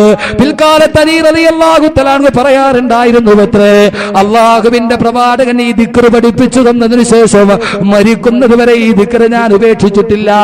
എന്റെ ജീവിതത്തിൽ ഏതൊക്കെ വിഷമങ്ങൾ ഉണ്ടായാലും ഞാൻ ഈ ദിക്ർ പതിവായിട്ട് ചൊല്ലും. എന്റെ ജീവിതത്തിൽ അലി റളിയല്ലാഹു തആല അൻഹു പറയുകയാ, എന്റെ ജീവിതത്തിൽ എനിക്ക് ഏറ്റവും കൂടുതൽ ബുദ്ധിമുട്ടുണ്ടായ ദിവസമാണ് സിഫീൻ യുദ്ധം നടക്കുന്ന ദിവസം. എന്റെ ജീവിതത്തിന്റെ താളക്രമം തന്നെ മാറിപ്പോകുമോ എന്ന് ഞാൻ ഭയപ്പെട്ടു പോയ ദിവസമാ. ആ സമയത്ത് പോലും ഞാൻ ഈ ദിക്ർ ഉപേക്ഷിച്ചിട്ടില്ലെന്ന് ബഹുമാനപ്പെട്ട സയ്യിദുനാ അലിയുൽ മുർത്തള ജീവിതത്തിന്റെ കട്ടപ്പാടുകളിൽ നട്ടം തിരിയുമ്പോഴും മോളെ സുബ്ഹാനല്ലാഹ് പറഞ്ഞോ എന്ന് പറഞ്ഞു കൊടുത്ത അല്ലാഹുവിന്റെ റസൂലിന്റെ ജീവിതം ഏത് വീട്ടിലായെന്നുള്ളത് ഭൗതികമായ ജീവിതത്തിന്റെ താളത്തിൽ പെട്ടുപോയിട്ട് കടൽ കടന്നെത്തിയ വിദേശ സംസ്കാരത്തെ കെട്ടിപ്പിടിക്കാനും വാരിപ്പുണരാനും ഈ സമുദായം വരുമ്പോ എന്റെ പ്രിയപ്പെട്ട മുസ്ലിം ചെറുപ്പക്കാരാ, നിങ്ങളോടാണ് ഞാൻ പറയുന്നത്, സിനിമാ താരങ്ങളെയും ക്രിക്കറ്റ് താരങ്ങളെയും കടന്നുറക്കുന്ന ബെഡ്റൂമിന്റെ ചുമരുകളിൽ അവരെ ഫോട്ടോയും പതിച്ചിട്ട് അതും നോക്കിക്കൊണ്ട് കിടന്നുറങ്ങുന്ന മുസ്ലിം ചെറുപ്പക്കാരാ, ബോളിവുഡിന്റെയും സോളിവുഡിന്റെയും സിനിമാ താരങ്ങളെ ജീവിതത്തിന്റെ മനസ്സുകളിലേക്ക് ചിരപ്പതിട്ട് നേടിയ മുസ്ലിം ചെറുപ്പക്കാരാ, അതിൽ നിന്നെല്ലാം വലിച്ചെറിഞ്ഞിട്ട് അല്ലാഹുവിന്റെ റസൂലിനെ സ്നേഹിക്കാൻ, അല്ലാഹുവിന്റെ റസൂലിന് വേണ്ടി ജീവിക്കാൻ, പ്രവാചകന്റെ സുന്നത്തിന് മുറുകെ പിടിക്കാൻ, ശപിക്കപ്പെട്ട നിഷ്ക്രിയത്വത്തിന്റെ ഇരുണ്ട തുരുത്തുകൾ ചിന്താശേഷി പണയപ്പെടുത്തി പോയ മുസ്ലിം ചെറുപ്പക്കാരാ, അല്ലാഹുവിന്റെ റസൂലിന്റെ സുന്നത്ത് ജീവിതത്തിൽ ഉണ്ടാവ്. ആരെ പോലെ? ബഹുമാനപ്പെട്ട അബൂ ഹുദാഫ റളിയല്ലാഹു തആല അൻഹുവിനെ പോലെ. ആരാ അബൂ ഹുദാഫ എന്നറിയുമോ? ആരാ അബൂ ഹുദാഫ എന്നറിയുമോ? ആരാ അബൂ ഹുദാഫ എന്നറിയുമോ? ലോകത്തിന്റെ റോമാ ചക്രവർത്തിയുടെ തീന്മേശയുടെ മുന്നിൽ ഭക്ഷണം കഴിക്കാനിരിക്കുമ്പോ സർവാഡംബര വിഭൂഷിതരായി റോമാ ചക്രവർത്തി സർവപ്രതാപത്തോടെ എഴുന്നള്ളുമ്പോ ഭക്ഷണം കഴിക്കുന്നതിന്റെ ഇടയിൽ ഒരു പിടി ഭക്ഷണം താഴേക്ക് വീടുമ്പോ താഴെ വീണ ഭക്ഷണം ഇടത് കൈ കൊണ്ടെടുത്ത് വലത് കൈ കൊണ്ട് കഴിക്കുന്നത് പ്രവാചകന്റെ സുന്നത്താ. താടവീണ ഭക്ഷണം ഇടത് കൈകൾ കൊണ്ടെടുത്ത് ശുദ്ധിയാക്കിയിട്ട് വലത് കൈ കൊണ്ട് കഴിക്കുമ്പോ റോമാ ചക്രവർത്തി ചാടി എഴുന്നേറ്റിട്ട് ദാരിദ്ര്യം കാണിക്കുന്നുവോ, റോമാ സാമ്രാജ്യത്തിന്റെ ഏകാധിപതിയുടെ മുന്നിൽ വന്നിട്ട് ചിത്രം കാണിക്കുന്നു. ഇത് മുഴുവനും നിനക്കുള്ളതാ, തറയിൽ കിടക്കുന്നത് പോലും പെറുക്കുന്നത് എന്തിനാന്ന് ആക്രോശിക്കുമ്പോ റോമാ സാമ്രാജ്യത്തിന്റെ രാജാവിന്റെ നെറുകയുടെ നേരെ ചൂണ്ടുവിരൽ ചൂടിയിട്ട് നീ എന്താ പറഞ്ഞത് എന്നെ ആക്രോശിക്കുന്നുവോ, നീ എന്റെ നേരെ അനതുറുക്കു സുന്നത്ത നബീന മുഹമ്മദിൻ സല്ലല്ലാഹു അലൈഹി വസല്ലം ബിഹാഉലായിൽ ഹുംഖാ, അനതുറുക്കു സുന്നത്ത നബീന മുഹമ്മദിൻ സല്ലല്ലാഹു അലൈഹി വസല്ലം ബിഹാഉലായിൽ ഹുംഖാ. ഈ പമ്പര വിഡ്ഢികൾക്ക് വേണ്ടി ഞാൻ എന്റെ പ്രവാചകന്റെ സുന്നത്തിനെ ഉപേക്ഷിക്കില്ലെന്ന് ആക്രോശിച്ച അബൂഹുദാഫയെ പോലെ ചെറുപ്പക്കാരാ ചരിത്രത്തിന്റെ അബൂഹുദാഫയായി മാറ്. ശപിക്കപ്പെട്ട നിഷ്ക്രിയത്വത്തിന്റെ ഇരുണ്ട തുരുത്തുകൾ ചിന്താശേഷി പണയപ്പെടുത്തി അന്ധവിശ്വാസത്തിന്റെയും വിരാരാധനയുടെയും പള്ളിമേടകളിൽ ഉറക്കം നടിച്ചു പോയ മുസ്ലിം ചെറുപ്പക്കാരാ, ഉണരുക. പ്രവാചകന്റെ സുന്നത്തുമായി സർവ്വതും നാഥനിൽ സമർപ്പിച്ച് സർവമാന ബാത്തിലിനോടും സംവദിച്ച് സർവ്വതും മുഹമ്മദി സുന്നത്തിനെ മുറുകെ പിടിച്ച് ഇബ്രാഹിമി മില്ലത്തിനെ നെഞ്ചോട് ചേർത്ത് കർമ്മവീതിയിൽ ഇതിഹാസം രചിച്ച് അല്ലാഹുവിന്റെ പ്രബോധനത്തിന്റെ മാർഗത്തിലൂടെ മുന്നേറിയ തകർന്നടിയുന്ന ഇസങ്ങളുടെയും പിടിതെറിയപ്പെടുന്ന പ്രതിമകളുടെയും മൂകമായ ദീനവിലാപത്തിന്റെ നടുവ് ഇസ്ലാമിക പ്രവാചക സുന്നത്തിന്റെ ഏറ്റവും വലിയ സാക്ഷാത്കാരത്തിന്റെ കാവലാളായി മുന്നോട്ട് നടക്ക്. കദം കദം സുന്നത്തെ റസൂൽ पर चलो मिलेंगी जन्नत की रिजर्वेशन, ഓരോ കാലടിയും കദം കദം സുന്നത്തെ റസൂൽ पर चलो, ഓരോ കാലടിയും അല്ലാഹുവിന്റെ റസൂലിന്റെ സുന്നത്തനുസരിച്ചാകെ മിലേങ്കി ജന്നത്ത് കീ റിസർവേഷൻ, സ്വർഗ്ഗത്തിൽ നിനക്കൊരു സീറ്റ് ഉറപ്പാണെന്ന് ആപ്തവാക്യത്തിലൂടെ അല്ലാഹു നമുക്ക് തൗഫീഖ് ചെയ്ത് അനുഗ്രഹിക്കുമാറാകട്ടെ. അല്ലാഹുവിന്റെ പ്രവാചകന്റെ സുന്നത്ത് അത് ജീവിതത്തിലെ ഏറ്റവും വലിയ അമൂല്യ സമ്പത്തായി മുറുകെ പിടിക്ക്. അല്ലാഹു സുബ്ഹാനഹു വ തആല തൗഫീഖ് ചെയ്ത് അനുഗ്രഹിക്കുമാറാകട്ടെ. സഹോദരങ്ങളെ, ഒരൊറ്റ കാര്യം കൂടി നിങ്ങൾ അറിയുക. ബഹുമാനപ്പെട്ട കുത്തുബുൽ അഖ്താബ് അഹമ്മദ് അൽ കബീരി റിഫാഇ ഖദ്ദസല്ലാഹു സിറഹുൽ അസീസ്. ആരാ ബഹുമാനപ്പെട്ട സയ്യിദുന അഹമ്മദുൽ കബീർ റിഫാഇ? ആരാ സയ്യിദുന അഹമ്മദുൽ കബീർ റിഫാഇ? നാം എല്ലാവരും അല്ലാഹുവിന്റെ പ്രവാചകൻ നബി മുഹമ്മദ് മുസ്തഫ, നാം പ്രവാചകനെ കുറിച്ച് ധാരാളം കേൾക്കുന്നു. അള്ളാഹുവിന്റെ പ്രവാചകന്റെ സുന്നത്ത് ജീവിതത്തിൽ ഉണ്ടാക്ക്. അള്ളാഹു സുബ്ഹാനഹു വ തആല തൗഫീഖ് നൽകി അനുഗ്രഹിക്കുമാറാകട്ടെ. നാം എല്ലാവരും ദാടി വെക്കൽ അള്ളാഹിന്റെ പ്രവാചകന്റെ സുന്നത്താ, തൊപ്പി വെക്കൽ അള്ളാഹിന്റെ സുന്നത്താ, അള്ളാഹുവിന്റെ റസൂലിന്റെ സുന്നത്താ. പക്ഷെ നമ്മൾ തൊപ്പി വെക്കുവോ? തൊപ്പി വെച്ചാലും വെളിയിലോട്ട് ഇറങ്ങിയാൽ ആരും കാണാതെ നമ്മൾ തൊപ്പി അടക്കി പോക്കറ്റിൽ വെക്കും. കാരണം നമുക്ക് പേടിയാ തൊപ്പി വെച്ചിട്ട് വെളിയിൽ ഇറങ്ങാൻ. കാക്കിയിട്ട വേഷത്തിൽ പോസ്റ്റ്മാനെ കണ്ടാലും നമ്മുടെ മുട്ടു പറക്കും. അതാ നമ്മുടെ അവസ്ഥ. കാക്കിയിട്ട വേഷത്തിൽ പോസ്റ്റ്മാൻ എന്നാലും നമ്മുടെ മുട്ടു പറക്കും. ട്രാൻസ്പോർട്ട് ബസ്സിന്റെ കണ്ടക്ടറെ കണ്ടാലും മുട്ടുപറക്കുന്ന സമുദായമാണ് നമ്മൾ. തൊപ്പിയെടുത്തിട്ട് ആരും കാണാതെ ഊരി പോക്കറ്റിൽ വെക്കൂ, എങ്ങാനും തല പോയാലും. സഹോദരങ്ങളെ, അല്ലാഹുവിന്റെ റസൂലിന്റെ സുന്നത്ത് ജീവിതത്തിന്റെ തയ്യാറാകിൻ. മെഡിക്കൽ കോളേജുകളിൽ പോലും ദാടിയും തലപ്പാവും വെച്ച് രോഗികളെ ചികിത്സിക്കുന്ന ഡോക്ടർമാരുടെ കാലമാണിത്. പക്ഷേ നമ്മുടെ അവസ്ഥയോ? എന്റെ പ്രിയപ്പെട്ട സഹോദരിമാരെ, അള്ളാഹിന്റെ പ്രവാചകന്റെ ഭാര്യമാരെ പോലെ നടക്കിൻ, തലമറച്ച് നടക്കിൻ. കൂടുതൽ അതൊക്കെ പറയാനുള്ള സമയം നമുക്കില്ല. ഇന്ന് നമ്മുടെ അവസാനത്തെ ദിവസമാണ്, ഒടുക്കത്തെ ദിവസമാണ്. തലമറക്കിൻ. നിങ്ങൾക്കറിയോ, ഈ പരിഷ്കാരമൊക്കെ വന്നത് പാരീസിൽ നിന്നാണ്. ആ പാരീസിലെ യൂണിവേഴ്സിറ്റികളിൽ LLBക്കും MBBSനും പഠിക്കുന്ന പെൺകുട്ടികൾ മുഴുവനും തലമറച്ചുകൊണ്ട് സ്കൂളിൽ പോകാൻ, ക്യാമ്പസുകളിൽ പോകാൻ ഞങ്ങൾക്ക് അവകാശം വേണമെന്ന് ആവശ്യപ്പെട്ടുകൊണ്ട് LLBക്ക് പഠിക്കുന്ന പാരീസിലെ തൊലിവെളുത്ത മദാമ പിള്ളേർ സത്യാഗ്രഹം നടത്തുന്നു. എന്തിനാണെന്നറിയോ? തലമറച്ച് കോളേജിൽ പോകാൻ. ഇവിടെയോ പാരീസിലെ LLBക്ക് പഠിക്കുന്ന കുട്ടികൾ പോലും സമരം തലമറച്ചുകൊണ്ട് ഞങ്ങൾക്ക് സ്കൂളിൽ പോകാൻ, കോളേജിൽ പോകാൻ അനുവാദം വേണം. ഇവിടെയോ 21 പ്രാവശ്യം SSLC എഴുതിയിട്ട് 210 മാർക്ക് തികച്ചു കിട്ടാത്ത മുസ്ലിം പെണ്ണിന് പർദ്ദ വേണ്ട. എന്നാലോചിച്ച് നോക്കി. ലോകത്തിന്റെ വിരോധാഭാസം. അതുകൊണ്ട് സഹോദരങ്ങളെ, പ്രവാചകന്റെ സുന്നത്തുണ്ടാവീൻ. പൂർണ്ണമായി പറയാനുള്ള സമയമില്ല. അല്ലാഹു സുബ്ഹാനഹു വ തആല നമുക്ക് പ്രവാചകന്റെ സുന്നത്ത് അനുസരിച്ച് ജീവിക്കാനും അതിലൂടെ സ്വർഗത്തിലേക്ക് കടന്നു ചെല്ലാനും നാളെ ഹൗദുൽ കൗസറിന്റെ ഓരത്ത് ഹബീബായ നബി മുഹമ്മദ് മുസ്തഫ, ഹബീബായ നബി മുഹമ്മദ് മുസ്തഫ, ഹബീബായ നബി മുഹമ്മദ് മുസ്തഫ സല്ലല്ലാഹു അലൈഹി വസല്ലം നാളെ ഹൗദുൽ കൗസറിന്റെ ഓരത്ത് ആ പ്രവാചകനെ കാണാൻ നമ്മൾ ആരും പ്രവാചകനെ കണ്ടിട്ടില്ല. കണ്ടിട്ടുണ്ടോ?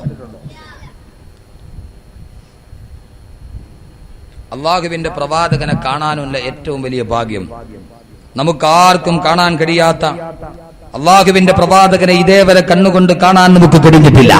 പക്ഷേ ആ പ്രവാചകൻ സല്ലല്ലാഹു അലൈഹി വസല്ലമ നാളെ ഹൗദുൽ കൗസറിന്റെ ഓരത്ത് നമ്മുടെ കൈ പിടിച്ചുകൊണ്ട് ഹൗദുൽ കൗസർ കോരിത്തരാൻ ആ പ്രവാചകൻ ഉണ്ടാവും. അള്ളാഹു നമുക്ക് ആ പ്രവാചകന്റെ കയ്യിൽ പിടിച്ച് ഹൗദുൽ കൗസർ കോരി കുടിക്കാൻ തൗഫീക്ക് നൽകി അനുഗ്രഹിക്കുമാറാകട്ടെ. പക്ഷെ ആ പ്രവാചകനെ കാണാൻ നമുക്ക് കഴിഞ്ഞില്ല. ഒരു അർത്ഥത്തിൽ പറഞ്ഞാൽ അബൂജഹലും ഭാഗ്യവാനാ അല്ലേ? കാരണം ആ ലോകത്തിന്റെ വസന്തത്തിന്റെ സൗന്ദര്യം കാണാൻ അബൂജഹലിന് കഴിഞ്ഞു. പക്ഷെ അത് പ്രയോജനപ്പെടുത്താൻ അബൂജഹലിന് കഴിഞ്ഞിട്ടില്ല.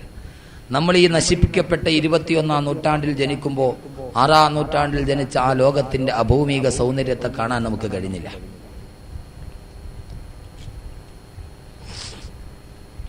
6-ാം നൂറ്റാണ്ടിലേക്ക് ഒരു തിരിച്ചുപോക്ക് നമുക്ക് കഴിയില്ല. അള്ളാഹുവിന്റെ പ്രവാചകനെ കാണാൻ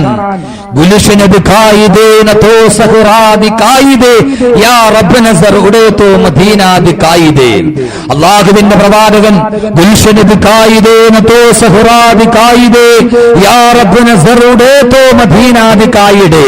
പുഷ്പോദ്യാനം കാണാൻ കൊതിച്ചവന് മരുഭൂമി കണ്ടിട്ട് കാര്യമുണ്ടോ? ഉണ്ടോ?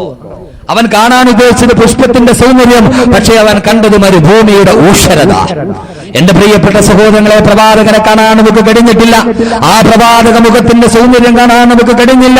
സുറുമ ഇട്ടതുപോലെ പോലും ഇട്ടില്ലെങ്കിൽ പോലും ഇട്ടതുപോലെ തോന്നുമെന്ന് അബൂ ഹുറൈറ റളിയല്ലാഹു തആല അൻഹു പറഞ്ഞ ആ കണ്ണുകൾ കാണാൻ നമുക്ക് കഴിഞ്ഞില്ല. പക്ഷേ അല്ലാഹുവിന്റെ പ്രവാചകൻ പറഞ്ഞു, ജീവിതത്തിൽ നിങ്ങൾക്ക് എന്നെ കാണാം, സ്വപ്നത്തിൽ നിങ്ങൾക്ക് കാണാം. അല്ലാഹുവിന്റെ പ്രവാചകൻ പറയുന്നു, നിങ്ങൾക്ക് മരിക്കുന്നതിന് മുമ്പ് സ്വപ്നത്തിൽ തന്നെ ജീവിതകാലത്ത് എങ്ങനെ സഹാബാക്കൾ എന്നെ കണ്ടോ അതേപോലെ സ്വപ്നത്തിൽ നിങ്ങൾക്ക് എന്നെ കാണാൻ കഴിയുമെന്ന് സഫീഉനാ നബി മുഹമ്മദ് മുസ്തഫ അല്ലാഹുവിന്റെ പ്രവാചകനെ ഒന്ന് സ്വപ്നത്തിൽ കാണാൻ, മരിക്കുന്നതിനും പ്രവാചകനെ സ്വപ്നത്തിൽ കാണാൻ, ആ പ്രവാചകന്റെ കൈകളിലൊന്ന് പിടിക്കാൻ എന്റെ പ്രിയപ്പെട്ട സഹോദരങ്ങളെ നമ്മൾ ചിന്തിക്കുക. ആ പ്രവാചകന്റെ കയ്യിലൊന്ന് പിടിച്ചു പോകാൻ നമുക്ക് ആഗ്രഹമല്ലേ?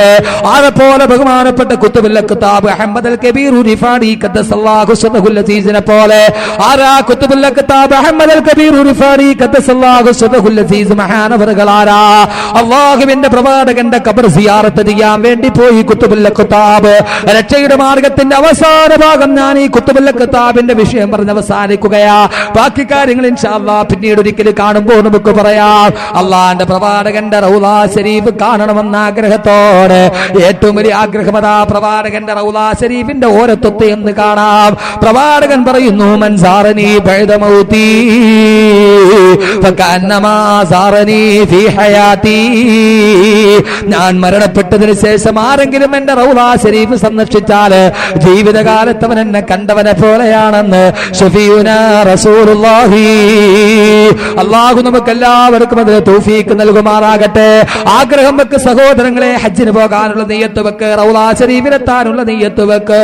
അല്ലാഹുവേ ദിൽ തടപ്താ മജൽതാ ഹെ മേരാ ജബ് ഭി ആതാ ഹെ ഹജ്ജ് കാ മഹീനാ. അല്ലാമാ ഇഖ്ബാൽ പറഞ്ഞതുപോലെ ആഗ്രഹിക്കും മനസ്സുകൊണ്ട്. ദിൽ തടപ്താ മജൽതാ ഹെ മേരാ ജബ് ഭി ആതാ ഹെ ഹജ്ജ് കാ മഹീനാ. കലണ്ടറിൽ ദുൽഹജ്ജ് എന്ന മാസം വരുമ്പോ ദുൽഹജ്ജ് എന്ന് കേൾക്കുമ്പോൾ എന്റെ മനസ്സിൽ വല്ലാത്ത സന്തോഷമാ. കാരണം എന്താ? ഹജ്ജിന് പോകാമല്ലോ. ഹിബ്ബത്തുൽ ഹളറ, ചരിത്ര പ്രസിദ്ധമായ പച്ചക്കുപ്പയൊന്ന് കാണാമല്ലോ. ദുൽഹജ്ജ് എന്ന് കേൾക്കുമ്പോഴേ എന്റെ മനസ്സിൽ വല്ലാത്ത ആഗ്രഹമാ. പക്ഷെ എനിക്കെന്ത് ചെയ്യാനാ? മേരി ആഖാ ഗരീബോങ്കി വാലി ക്യാ കരൂ മേരെ ജോലി ഹെ ഖാലി. മേരി ആഖാ ഗരീബോങ്കി വാലി ക്യാ കരൂ മേരെ ജോലി ഹെ ഖാലി. പോകാൻ എനിക്ക് ആഗ്രഹമുണ്ട്, പക്ഷേ ക്യാ കരൂ, ഞാൻ എന്ത് ചെയ്യും? മേരി ജോലി ഹെ ഖാലി, എന്റെ പോക്കറ്റ് കാലിയാണ്, പോകാൻ കഴിയുന്നില്ല. പോക്കറ്റ് കാലിയായാലും പ്രശ്നമില്ല, ആഗ്രഹം വെക്ക്. അല്ലാഹുവിന്റെ പ്രവാചകന്റെ റൗളാ ശരീഫിൽ ചെന്ന് സലാം പറയാൻ കുത്തുബുൽ കിതാബ് അഹ്മദ് അൽ കബീർ റിഫാഇ പ്രവാചകന്റെ റൗളാ ശരീഫിന്റെ ഓരത്തെത്തി, റൗളാ ശരീഫിന്റെ അടുക്കലെത്തി. പ്രവാചകന്റെ സമക്ഷത്തിൽ സലാം പറയുകയാ. അസ്സലാത്തു വസ്സലാമു അലൈക യാ റസൂലല്ലാഹ്, അസ്സലാത്തു വസ്സലാമു അലൈക യാ റസൂലല്ലാഹ്. പ്രവാചകന്റെ റൗളാ ശരീഫിൽ സലാം പറഞ്ഞർപ്പിച്ചു കഴിയുമ്പോ ബഹുമാനപ്പെട്ട അഹ്മദ് അൽ കബീർ റിഫാഇ പറയുക, നബിയേ അങ്ങയുടെ മുന്നിൽ സലാമും പറഞ്ഞിട്ട് ഞാൻ കടന്നു വന്നിരിക്കുകയാ. എന്തിനാ ഞാൻ കടന്നു വന്നിരിക്കുന്നതെന്നറിയുമോ? മിൻ ഹളറത്തിൽ ബുഅദിറൂഹി കുന്ദുറുസിലുഹാ തുഖബ്ബിലുൽ അർളാൻ നിവഹിയ നായിബതി ഫഹാദിഹി നൗബത്തുൽ അശ്ബാഹി ഖദ് ഹളറത് ഫംദുദു യദൈക ലികൈ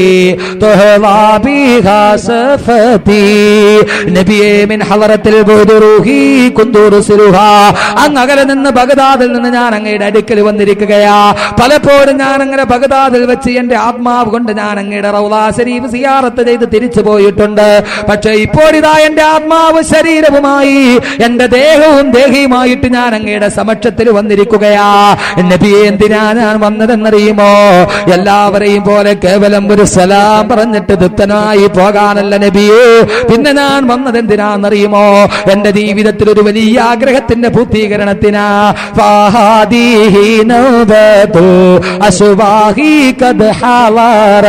അങ്ങയുടെ മുന്നിൽ ഞാൻ ഹാജരായത് എന്റെ ജീവിതത്തിൽ ഒരു വലിയ ആഗ്രഹമുണ്ട് നബിയേ. അത് പൂർത്തീകരിക്കാൻ വേണ്ടിയാ. എന്താ എന്റെ ആഗ്രഹം എന്നറിയുമോ നബിയേ? അഹമ്മദ് കബീർ റിഫാറി പറയുകയായി, പാവപ്പെട്ട അഹമ്മദ് കബീർ വന്നത് എന്തിനാന്നറിയുമോ നബിയേ? അങ്ങയുടെ ആ കയ്യൊന്ന് ഉയർത്തി നബിയേ. അങ്ങയുടെ ആ റിസാലത്തിന്റെ കരങ്ങളൊന്ന് ഉയർത്തി നബിയേ. എന്റെ ചുണ്ടുകൾ കൊണ്ട് ഞാൻ ആ കയ്യിലൊരു മുത്തം തരട്ടെ നബിയേ. ആ കയ്യിലൊരു മുത്തം തരട്ടെ നബിയേ. ആ കയ്യൊന്ന് ഉയർത്തി നബിയേ. അല്ലെങ്കിൽ മുർത്തല ചുംബനം ചെയ്ത അങ്ങയുടെ കരങ്ങളുണ്ടല്ലോ യാ റസൂലല്ലാഹ്. ഉമർ ഫാറൂഖ് ചുംബനം ചെയ്ത അങ്ങയുടെ കരങ്ങളുണ്ടല്ലോ യാ റസൂലല്ലാഹ്. അബൂബക്കർ സിദ്ദീഖ് ചുംബനം കൽപ്പിച്ച അങ്ങയുടെ കരങ്ങളുണ്ടല്ലോ യാ റസൂലല്ലാഹ്. ഫാത്തിമത്തു സഹ്റാനെ അങ്ങ് ചുംബനം ചെയ്ത ആ കരങ്ങളുണ്ടല്ലോ യാ റസൂലല്ലാഹ്. ഫംദുദു യദൈക. ആ കയ്യൊന്നുയർത്തി നബിയേ, കയ്യൊന്നുയർത്തി നബിയേ. ലകൈ തുഹ്ലാ ബിഹാ സഫതി. ഞാൻ എന്റെ ചുണ്ടുകൾ കൊണ്ടൊന്ന് ഞാൻ സിയാറത്ത് ചെയ്തെന്ന് പുത്തട്ട നബിയെ. കാലം സാക്ഷി, ചരിത്രം സാക്ഷി, അഹമ്മദുൽ കബീർ റിഫായി ഖദ്ദസല്ലാഹു സിർറഹുൽ അസീദ് ഇത് പറയുമ്പോ പ്രവാചകന്റെ റൗളാ ശരീഫിന്റെ ഉള്ളിൽ നിന്ന് ആ കരങ്ങൾ പൊന്തി വന്നിട്ട് അതിൽ കൊച്ചുകുട്ടികളെ പോലെ അഹമ്മദുൽ കബീർ റിഫായി ഖദ്ദസല്ലാഹു സിർറഹുൽ അസീദ് ചുടുചുംബനം കൊടുത്തു തിരിച്ചു പോയെങ്കിൽ പ്രവാചകന്റെ പ്രിയപ്പെട്ട അനുയായികള് അല്ലാഹുവിന്റെ റസൂലിന്റെ കയ്യിലൊരു ചുംബനം കൊടുക്കാൻ ആ പ്രവാചകനെ മരണത്തിന് മുമ്പ് സ്വപ്നത്തിൽ കാണാൻ അല്ലാഹു നമുക്ക് തൗഫീഖ് നൽകുമാറാകട്ടെ. എല്ലാവരും അങ്ങനെ ഒരു നിയ്യത്ത് മനസ്സിൽ വെക്ക്. ഇത് അവസാന ദിവസത്തെ സലാത്തിന്റെ മജ്ലിസാ. പോരിശയുള്ള അനേകം അനുഗ്രഹമുള്ള കറാമത്തുകളുള്ള സലാത്തിന്റെ മജ്ലിസാ. എല്ലാവരും മനസ്സിൽ അങ്ങനെ ഒരു നിയ്യത്ത് വെക്ക്. അല്ലാഹുവിന്റെ നബിയെ മരിക്കുന്നതിന് മുമ്പ് സലാം പറഞ്ഞിട്ട് അങ്ങേ സ്വപ്നത്തിലൊന്ന് കാണാൻ നിങ്ങൾക്ക് ആഗ്രഹമുണ്ട്. ഓരോ ആണും പെണ്ണും അങ്ങനെ ഒരു നിയ്യത്ത് വെക്ക്. എന്നിട്ട് ആ പ്രവാചകൻ സല്ലല്ലാഹു അലൈഹി വസല്ലമയുടെ മുന്നിലേക്ക് സലാത്തുകൾ അർപ്പിക്കുക. ഇപ്പോൾ നമ്മൾ നിൽക്കുന്നത് ഈ വേളാവൂർ പള്ളിയുടെ പരിസ്ഥിതിയിലല്ല. നമ്മൾ നിൽക്കുന്നത് വേളാവൂരുമല്ല. നമ്മുടെ മനസ്സ് പ്രവാചകന്റെ റൗളാ ശരീഫിന്റെ മുന്നിലെത്തട്ടെ. മനസ്സിൽ കണ്ണിന്റെ മുന്നിൽ നാം റൗളാ ശരീഫ് കാണട്ടെ. അതിലടക്കം ചെയ്യപ്പെട്ട നമ്മുടെ പ്രവാചകനെയും നാം കാണട്ടെ. റൗളാ ശരീഫിന്റെ മനസ്സുകൊണ്ട് കാതങ്ങളകലെ, ആയിരക്കണക്കിന് കാതങ്ങളകലെ മുത്തു മുസ്തഫാന്റെ കബറിടത്തിന്റെ മുന്നിലാ ഞാനെന്ന് മനസ്സുകൊണ്ട് നിയ്യത്ത് ചെയ്യ. മറ്റെല്ലാ ചിന്തകളും വെടിയ്, മറ്റെല്ലാ ചിന്തകളും കളയ്. അല്ലാഹുവിന്റെ റസൂലിന്റെ നീ റൗളാ ശരീഫിന്റെ മുന്നിലാന്ന് കരുത്. എന്നിട്ട് ആ പ്രവാചകനോട് പറയുക, സയ്യിദ സാദാതി ജിതു ഖാസിദാ അർജൂഹി മക ഫലാ തുഖൈബു മഖ്സദി യാ സയ്യിദ സാദാതി ജിതു ഖാസിദാ അർജൂഹി മക ഫലാ തുഖൈബു മഖ്സദി യാ സയ്യിദ് സാദാത്തി, നേതാക്കന്മാരുടെ നേതാവായ നബിയേ, ജയ്തുക ഖാസിദാ, അങ്ങേ മാത്രം ആഗ്രഹിച്ച് ഞാനിതാ എന്റെ മനസ്സ് സമർപ്പിക്കുന്ന നബിയേ. എന്താണെന്നറിയുമോ? അർജൂ ഹിമാക, അങ്ങയുടെ തൃപ്തിക്കു വേണ്ടി പൊരുത്തം മാത്രം ആഗ്രഹിച്ച് എന്റെ മനസ്സുമായി ഞാൻ അങ്ങയുടെ മുന്നിൽ വന്ന നബിയേ. ഫലാ തുഖൈബു മഖ്സദി, നബിയേ എന്റെ ആഗ്രഹം അങ്ങ് മടക്കി നിരാശനാക്കല്ല നബിയേ. മനസ്സുകൊണ്ട് ഏറ്റു പറയേ, ഫലാ തുഖൈബു മഖ്സദി, എന്റെ ആഗ്രഹം അങ്ങ് നിരാകരിക്കല്ല നബിയേ, തള്ളിക്കളയല്ല നബിയേ. എന്നിട്ട് ആഗ്രഹത്തോടെ സഹോദരങ്ങളെ, അള്ളാന്റെ പ്രവാചകനെ, എന്റെ മുത്തായ ഹബീബിനെ, നായകനെ മരിക്കുന്നതിന് മുമ്പ് സ്വപ്നത്തിൽ കാണണമെന്ന നീയത്തോടെ അല്ലാഹുമ്മ സല്ലി സ്വലാത്തൻ കാമിലത്തൻ വസല്ലിം സലാമൻ താമ്മൻ അലാ സയ്യിദിനാ മുഹമ്മദിനില്ലദീ തൻഹൽ ബിഹിൽ ലുഖദ വതൻഫരിദു ബിഹിൽ ഖുറബ വതുഖദാ ബിഹിൽ ഹവായിജ് വതുനാലു ബിഹിർ റഗായിബ് വഹുസ്നുൽ ഖവാതിമി വയുസ്തസ്കൽ ഗമാമു ബിവജ്ഹിൽ കരീം വഅലാ ആലിഹി വസഹ്ബിഹി ഫീ കുല്ലി ലംഹത്തിൻ വനഫസിൻ ബിഅദദി കുല്ലി മഅലൂമിൻ ലക. നാരിയത്തു സ്വലാത്താണിത്. അല്ലാഹുവിന്റെ പ്രവാചകനെ പതിവായി ചെയ്താൽ ആഗ്രഹങ്ങളെല്ലാം പൂർത്തീകരിക്കപ്പെടുന്ന, ഏതൊക്കെ ബുദ്ധിമുട്ടുകളുണ്ടോ അതിന്റെ എല്ലാം കെട്ടുകൾ പൊട്ടിക്കപ്പെടുന്ന, ഏതൊക്കെ രോഗങ്ങളുണ്ടോ അതെല്ലാം ശിഫയാക്കപ്പെടുന്ന ഏറ്റവും പോരിശേറിയ നാരിയത്തു സ്വലാത്താണ് ഇത്. പ്രവാചകന്റെ പേരിലുള്ള സ്വലാത്താണ്. ആ സ്വലാത്തിന്റെ ബറക്കത്ത് കൊണ്ട് അള്ളാഹുവിന്റെ റസൂലിനെ സ്വപ്നത്തിൽ കാണാൻ നമുക്ക് തൗഫീക്ക് നൽകുമാറാകട്ടെ. മഹാന്മാര് പറയുന്നു, ആരെങ്കിലും 4444 നാരിയത്തു സ്വലാത്ത് ചൊല്ലിയാൽ അവന്റെ ഏതാഗ്രഹമാണോ അത് പൂവണിയും, ഏത് പ്രശ്നമാണോ അത് ദൂരീകരിക്കപ്പെടും. അവൻ അല്ലാഹുവിന്റെ റസൂലിനെ മരിക്കുന്നതിന് മുമ്പ് സ്വപ്നത്തിൽ കാണാമെന്ന് മഹാന്മാര് പറയുമ്പോ, ഈ മുബാറക്കായ സദസ്സില്, ഈ പാതിരാത്രിയില് വാനലോകത്ത് നിന്ന് അനേകായിരം മാലാകമാരി വിണ്ണിലേക്ക് ഇറങ്ങുന്ന ഈ വിണ്യമായ, ഈ പുണ്യമായ സദസ്സില് നാരിയത്തു സ്വലാത്തിന്റെ എണ്ണത്തിന് തുല്യമായി ഒരു 4444 സ്വലാത്ത് ചൊല്ലണം. ഈ സ്വലാത്ത് കൊണ്ട് മുഖരിതമാകുന്ന ഈ സദസ്സിൽ ഞാൻ പ്രത്യേകമായി ദുആ ചെയ്യാം. ഈ സദസ്സിൽ വെച്ച് നാരിയത്തു സ്വലാത്തിന്റെ എണ്ണത്തിന് തുല്യമായി ഒരു 4444 രൂപ അല്ലാഹുവിന്റെ പള്ളിക്ക് വേണ്ടി അവസാന സദസ്സാണ്, ദുആന്റെ സദസ്സാണ്. വേളാവൂർ പള്ളിക്ക് വേണ്ടി പ്രവാചകനെ മരിക്കുന്നതിന് മുമ്പ് എനിക്ക് സ്വപ്നത്തിൽ കാണണമെന്ന ആഗ്രഹത്തോടെ, ഇതിനു മുമ്പ് പറഞ്ഞവരാണെങ്കിലും കുഴപ്പമില്ല, ഇതിനു മുമ്പ് 1 ലക്ഷം കൊടുത്തവരാണെങ്കിലും പ്രശ്നമില്ല, എന്റെ ഹബീബിനെ കാണാൻ, എന്റെ മുത്തായ നായകനെ ഒന്ന് കാണാനുള്ള ആഗ്രഹത്തോടെ ഒരു 4444 രൂപ അള്ളാന്റെ പള്ളിക്ക് വേണ്ടി സദഖ ചെയ്യേ. അല്ലാഹു സുബ്ഹാനഹു വ തആല ചെയ്യുന്ന ആളുകൾക്ക് മരിക്കുന്നതിന് മുമ്പ് പ്രവാചകനെ ഒന്ന് കാണാൻ, ആ കയ്യിൽ പിടിച്ച് ഹൗദുൽ കൗസർ കോരി കുടിക്കാൻ അല്ലാഹു തൗഫീഖ് നൽകി അനുഗ്രഹിക്കുമാറാകട്ടെ. ഹുദ്ഹുദെന്ന രാവിലെ ഈ പക്ഷി പറന്നു പോകും, വൈകുന്നേരമാകുമ്പോൾ ന്യൂസുകളൊക്കെ കൊണ്ടുവന്ന് ഇവിടെ കൊണ്ടുവന്ന് കൊടുക്കും. ഒരു ദിവസം സുലൈമാൻ നബി സന്ധ്യയായിട്ടും ഹുദ്ഹുദ് പോയ പക്ഷി തിരിച്ചു വന്നിട്ടില്ല. സുലൈമാൻ നബിക്ക് ദേഷ്യം വന്നു. ഹുദ്ഹുദ് എവിടെ പോയി? ഖുർആൻ പറയുന്ന കഥയായത്.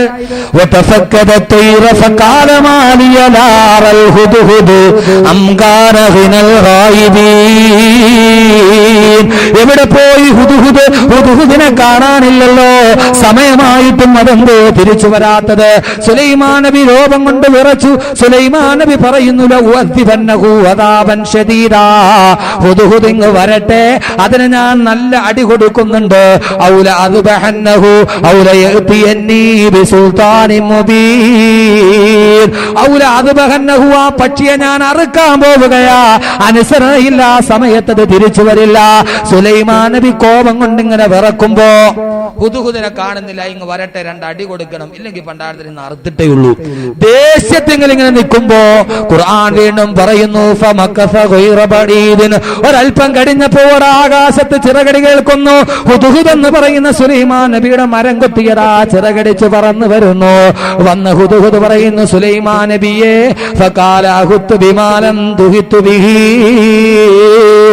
എന്നെ അടിക്കരുതേ, എന്നെ കൊല്ലരുതേ. സുലൈമാൻ നബി എന്നെ അടിക്കാതിരുന്നാൽ അങ്ങകലെ നിന്ന് നല്ല ചൂടുള്ളൊരു വാർത്തയുമായിട്ടാണ് ഞാൻ വന്നിരിക്കുന്നത്. ആ വാർത്ത നിങ്ങളോട് ഞാൻ പറഞ്ഞു തരാം. എന്നെ അടിക്കരുതേ, എന്നെ ശിക്ഷിക്കരുതേ. ഹുദ്ഹുദ് പറഞ്ഞു, സുലൈമാൻ നബി എന്നെ അടിക്കരുത്, നല്ലൊരു ചൂട് വാർത്തയായിട്ടാണ് ഞാൻ വന്നിരിക്കുന്നത്, എന്നെ അടിക്കാതിരുന്നാ പറയാം. സുലൈമാൻ നബിയുടെ ദേഷ്യം തണുത്തു. സുലൈമാൻ നബി പറഞ്ഞു, ശരി, നീ പറയ, ഞാൻ കേക്കട്ടെ. ഹുദ്ഹുദ് പറഞ്ഞു, സുലൈമാൻ നബിയെ, ചൂടുള്ള വാർത്ത എന്താണെന്നറിയോ?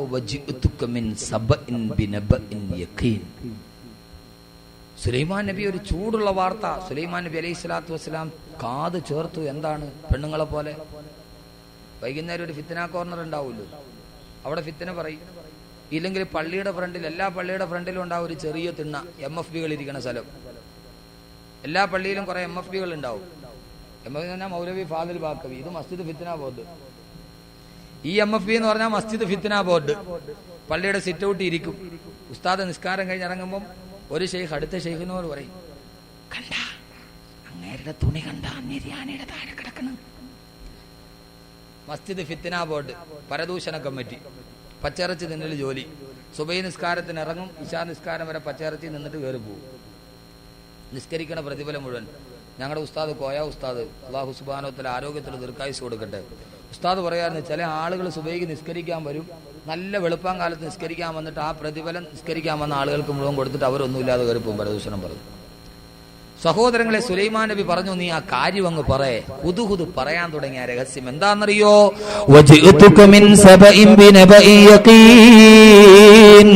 സുലൈമാൻ നബിയെ ഞാൻ ഇന്ന് രാവിലെ പറന്നങ്ങ് അകലെ ചെല്ലുമ്പോ സബ എന്ന് പറയുന്ന ഒരു പുതിയ രാജ്യത്തിൽ ഞാൻ എത്തി. ഇതേവരെ അങ്ങനെ ഒരു രാജ്യം കണ്ടിട്ടില്ല. സമ്പൽ സമൃദ്ധമായ, ഫലഭൂയിഷ്ടമായ, നല്ല ജലസേചനം നടക്കുന്ന സുന്ദരമായ പച്ചപ്പ് വിരിച്ച നെൽപ്പാടങ്ങൾ, കതിർപ്പാടങ്ങൾ, മന്ദമാരുതനിൽ നെൽക്കതിർ ഇളകിയാടുന്ന പുണ്യമായ ഹരിതാപ വിരിച്ച ഗ്രാമത്തിന്റെ നെൽപ്പാടങ്ങളുള്ള സുന്ദരമായ ഒരു ഗ്രാമം. ഇതേവരെ അങ്ങനെ ഒരു ഗ്രാമം നാം കണ്ടിട്ടില്ല. സുലൈമാൻ നബി ചിന്തിച്ചു പോയി, എന്റെ അധികാരത്തിന്റെ കീഴിൽ ഇങ്ങനെയും ഒരു ഗ്രാമമോ, ഫലഭൂയിഷ്ടമായ സമ്പൽ സമൃദ്ധിയുള്ള ഒരു ഗ്രാമമോ? ബഹുമാനപ്പെട്ട സുലൈമാൻ നബി ചിന്തിക്കുമ്പോ ഹുദുഹുദ് തുടരുകയാ. സുലൈമാൻ നബിയെ പ്രശ്നം അതൊന്നുമല്ല. ഇന്നീ വദത്തും റഅതൻ തംലികുഹും വൗതിയതു മിൻ കുല്ലി ശൈഇൻ വലഹാ അർശുൻ. സുലൈമാൻ നബി ആ ഗ്രാമം ഭരിക്കുന്നത് രാജാവല്ല, ഒരു പെണ്ണാണ് സുലൈമാൻ നബിയെ രാജ്യം ഭരിക്കുന്നത്. ബൽക്കീസ് എന്നാണ് നബി ആ പെണ്ണിന്റെ പേര്. ബൽക്കീസ് റാണിയാണ് സഭ ഭരിക്കുന്നത്. മാത്രമല്ല മറ്റൊരു പ്രത്യേകത കൂടിയുണ്ട്. ബൽക്കീസിന് സുന്ദരമായൊരു സിംഹാസനമുണ്ട് നബിയെ. മരതകരത്നങ്ങൾ പതിച്ച, ഗോമേതകങ്ങൾ പതിച്ച, കണ്ടാൽ കണ്ണ് ചിമ്മിപ്പോകുന്ന സുന്ദരമായൊരു കുട്ടാരവും അതിലൊരു വലിയ ഒരു പീഠവുമുണ്ട് നബിയെ. ആ ബൽക്കീസ് ഇരിക്കുന്ന സിംഹാസനം അത് സുന്ദരമായൊരു സിംഹാസനമാണ് നബിയെ.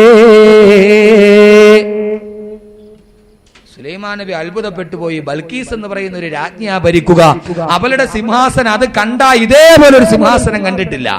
സുലൈമാൻ നബി ലോക ചക്രവർത്തിയാ. സുലൈമാൻ നബിക്ക് അത്ഭുതമായി, ഇങ്ങനെയും ഒരു നാടോ എന്റെ അധികാരത്തിന്റെ കീഴിൽ. വീണ്ടും ഹുദുഹുദ് തുടരുന്നു. സുലൈമാൻ നബി, ഇതൊന്നുമല്ല പ്രശ്നം.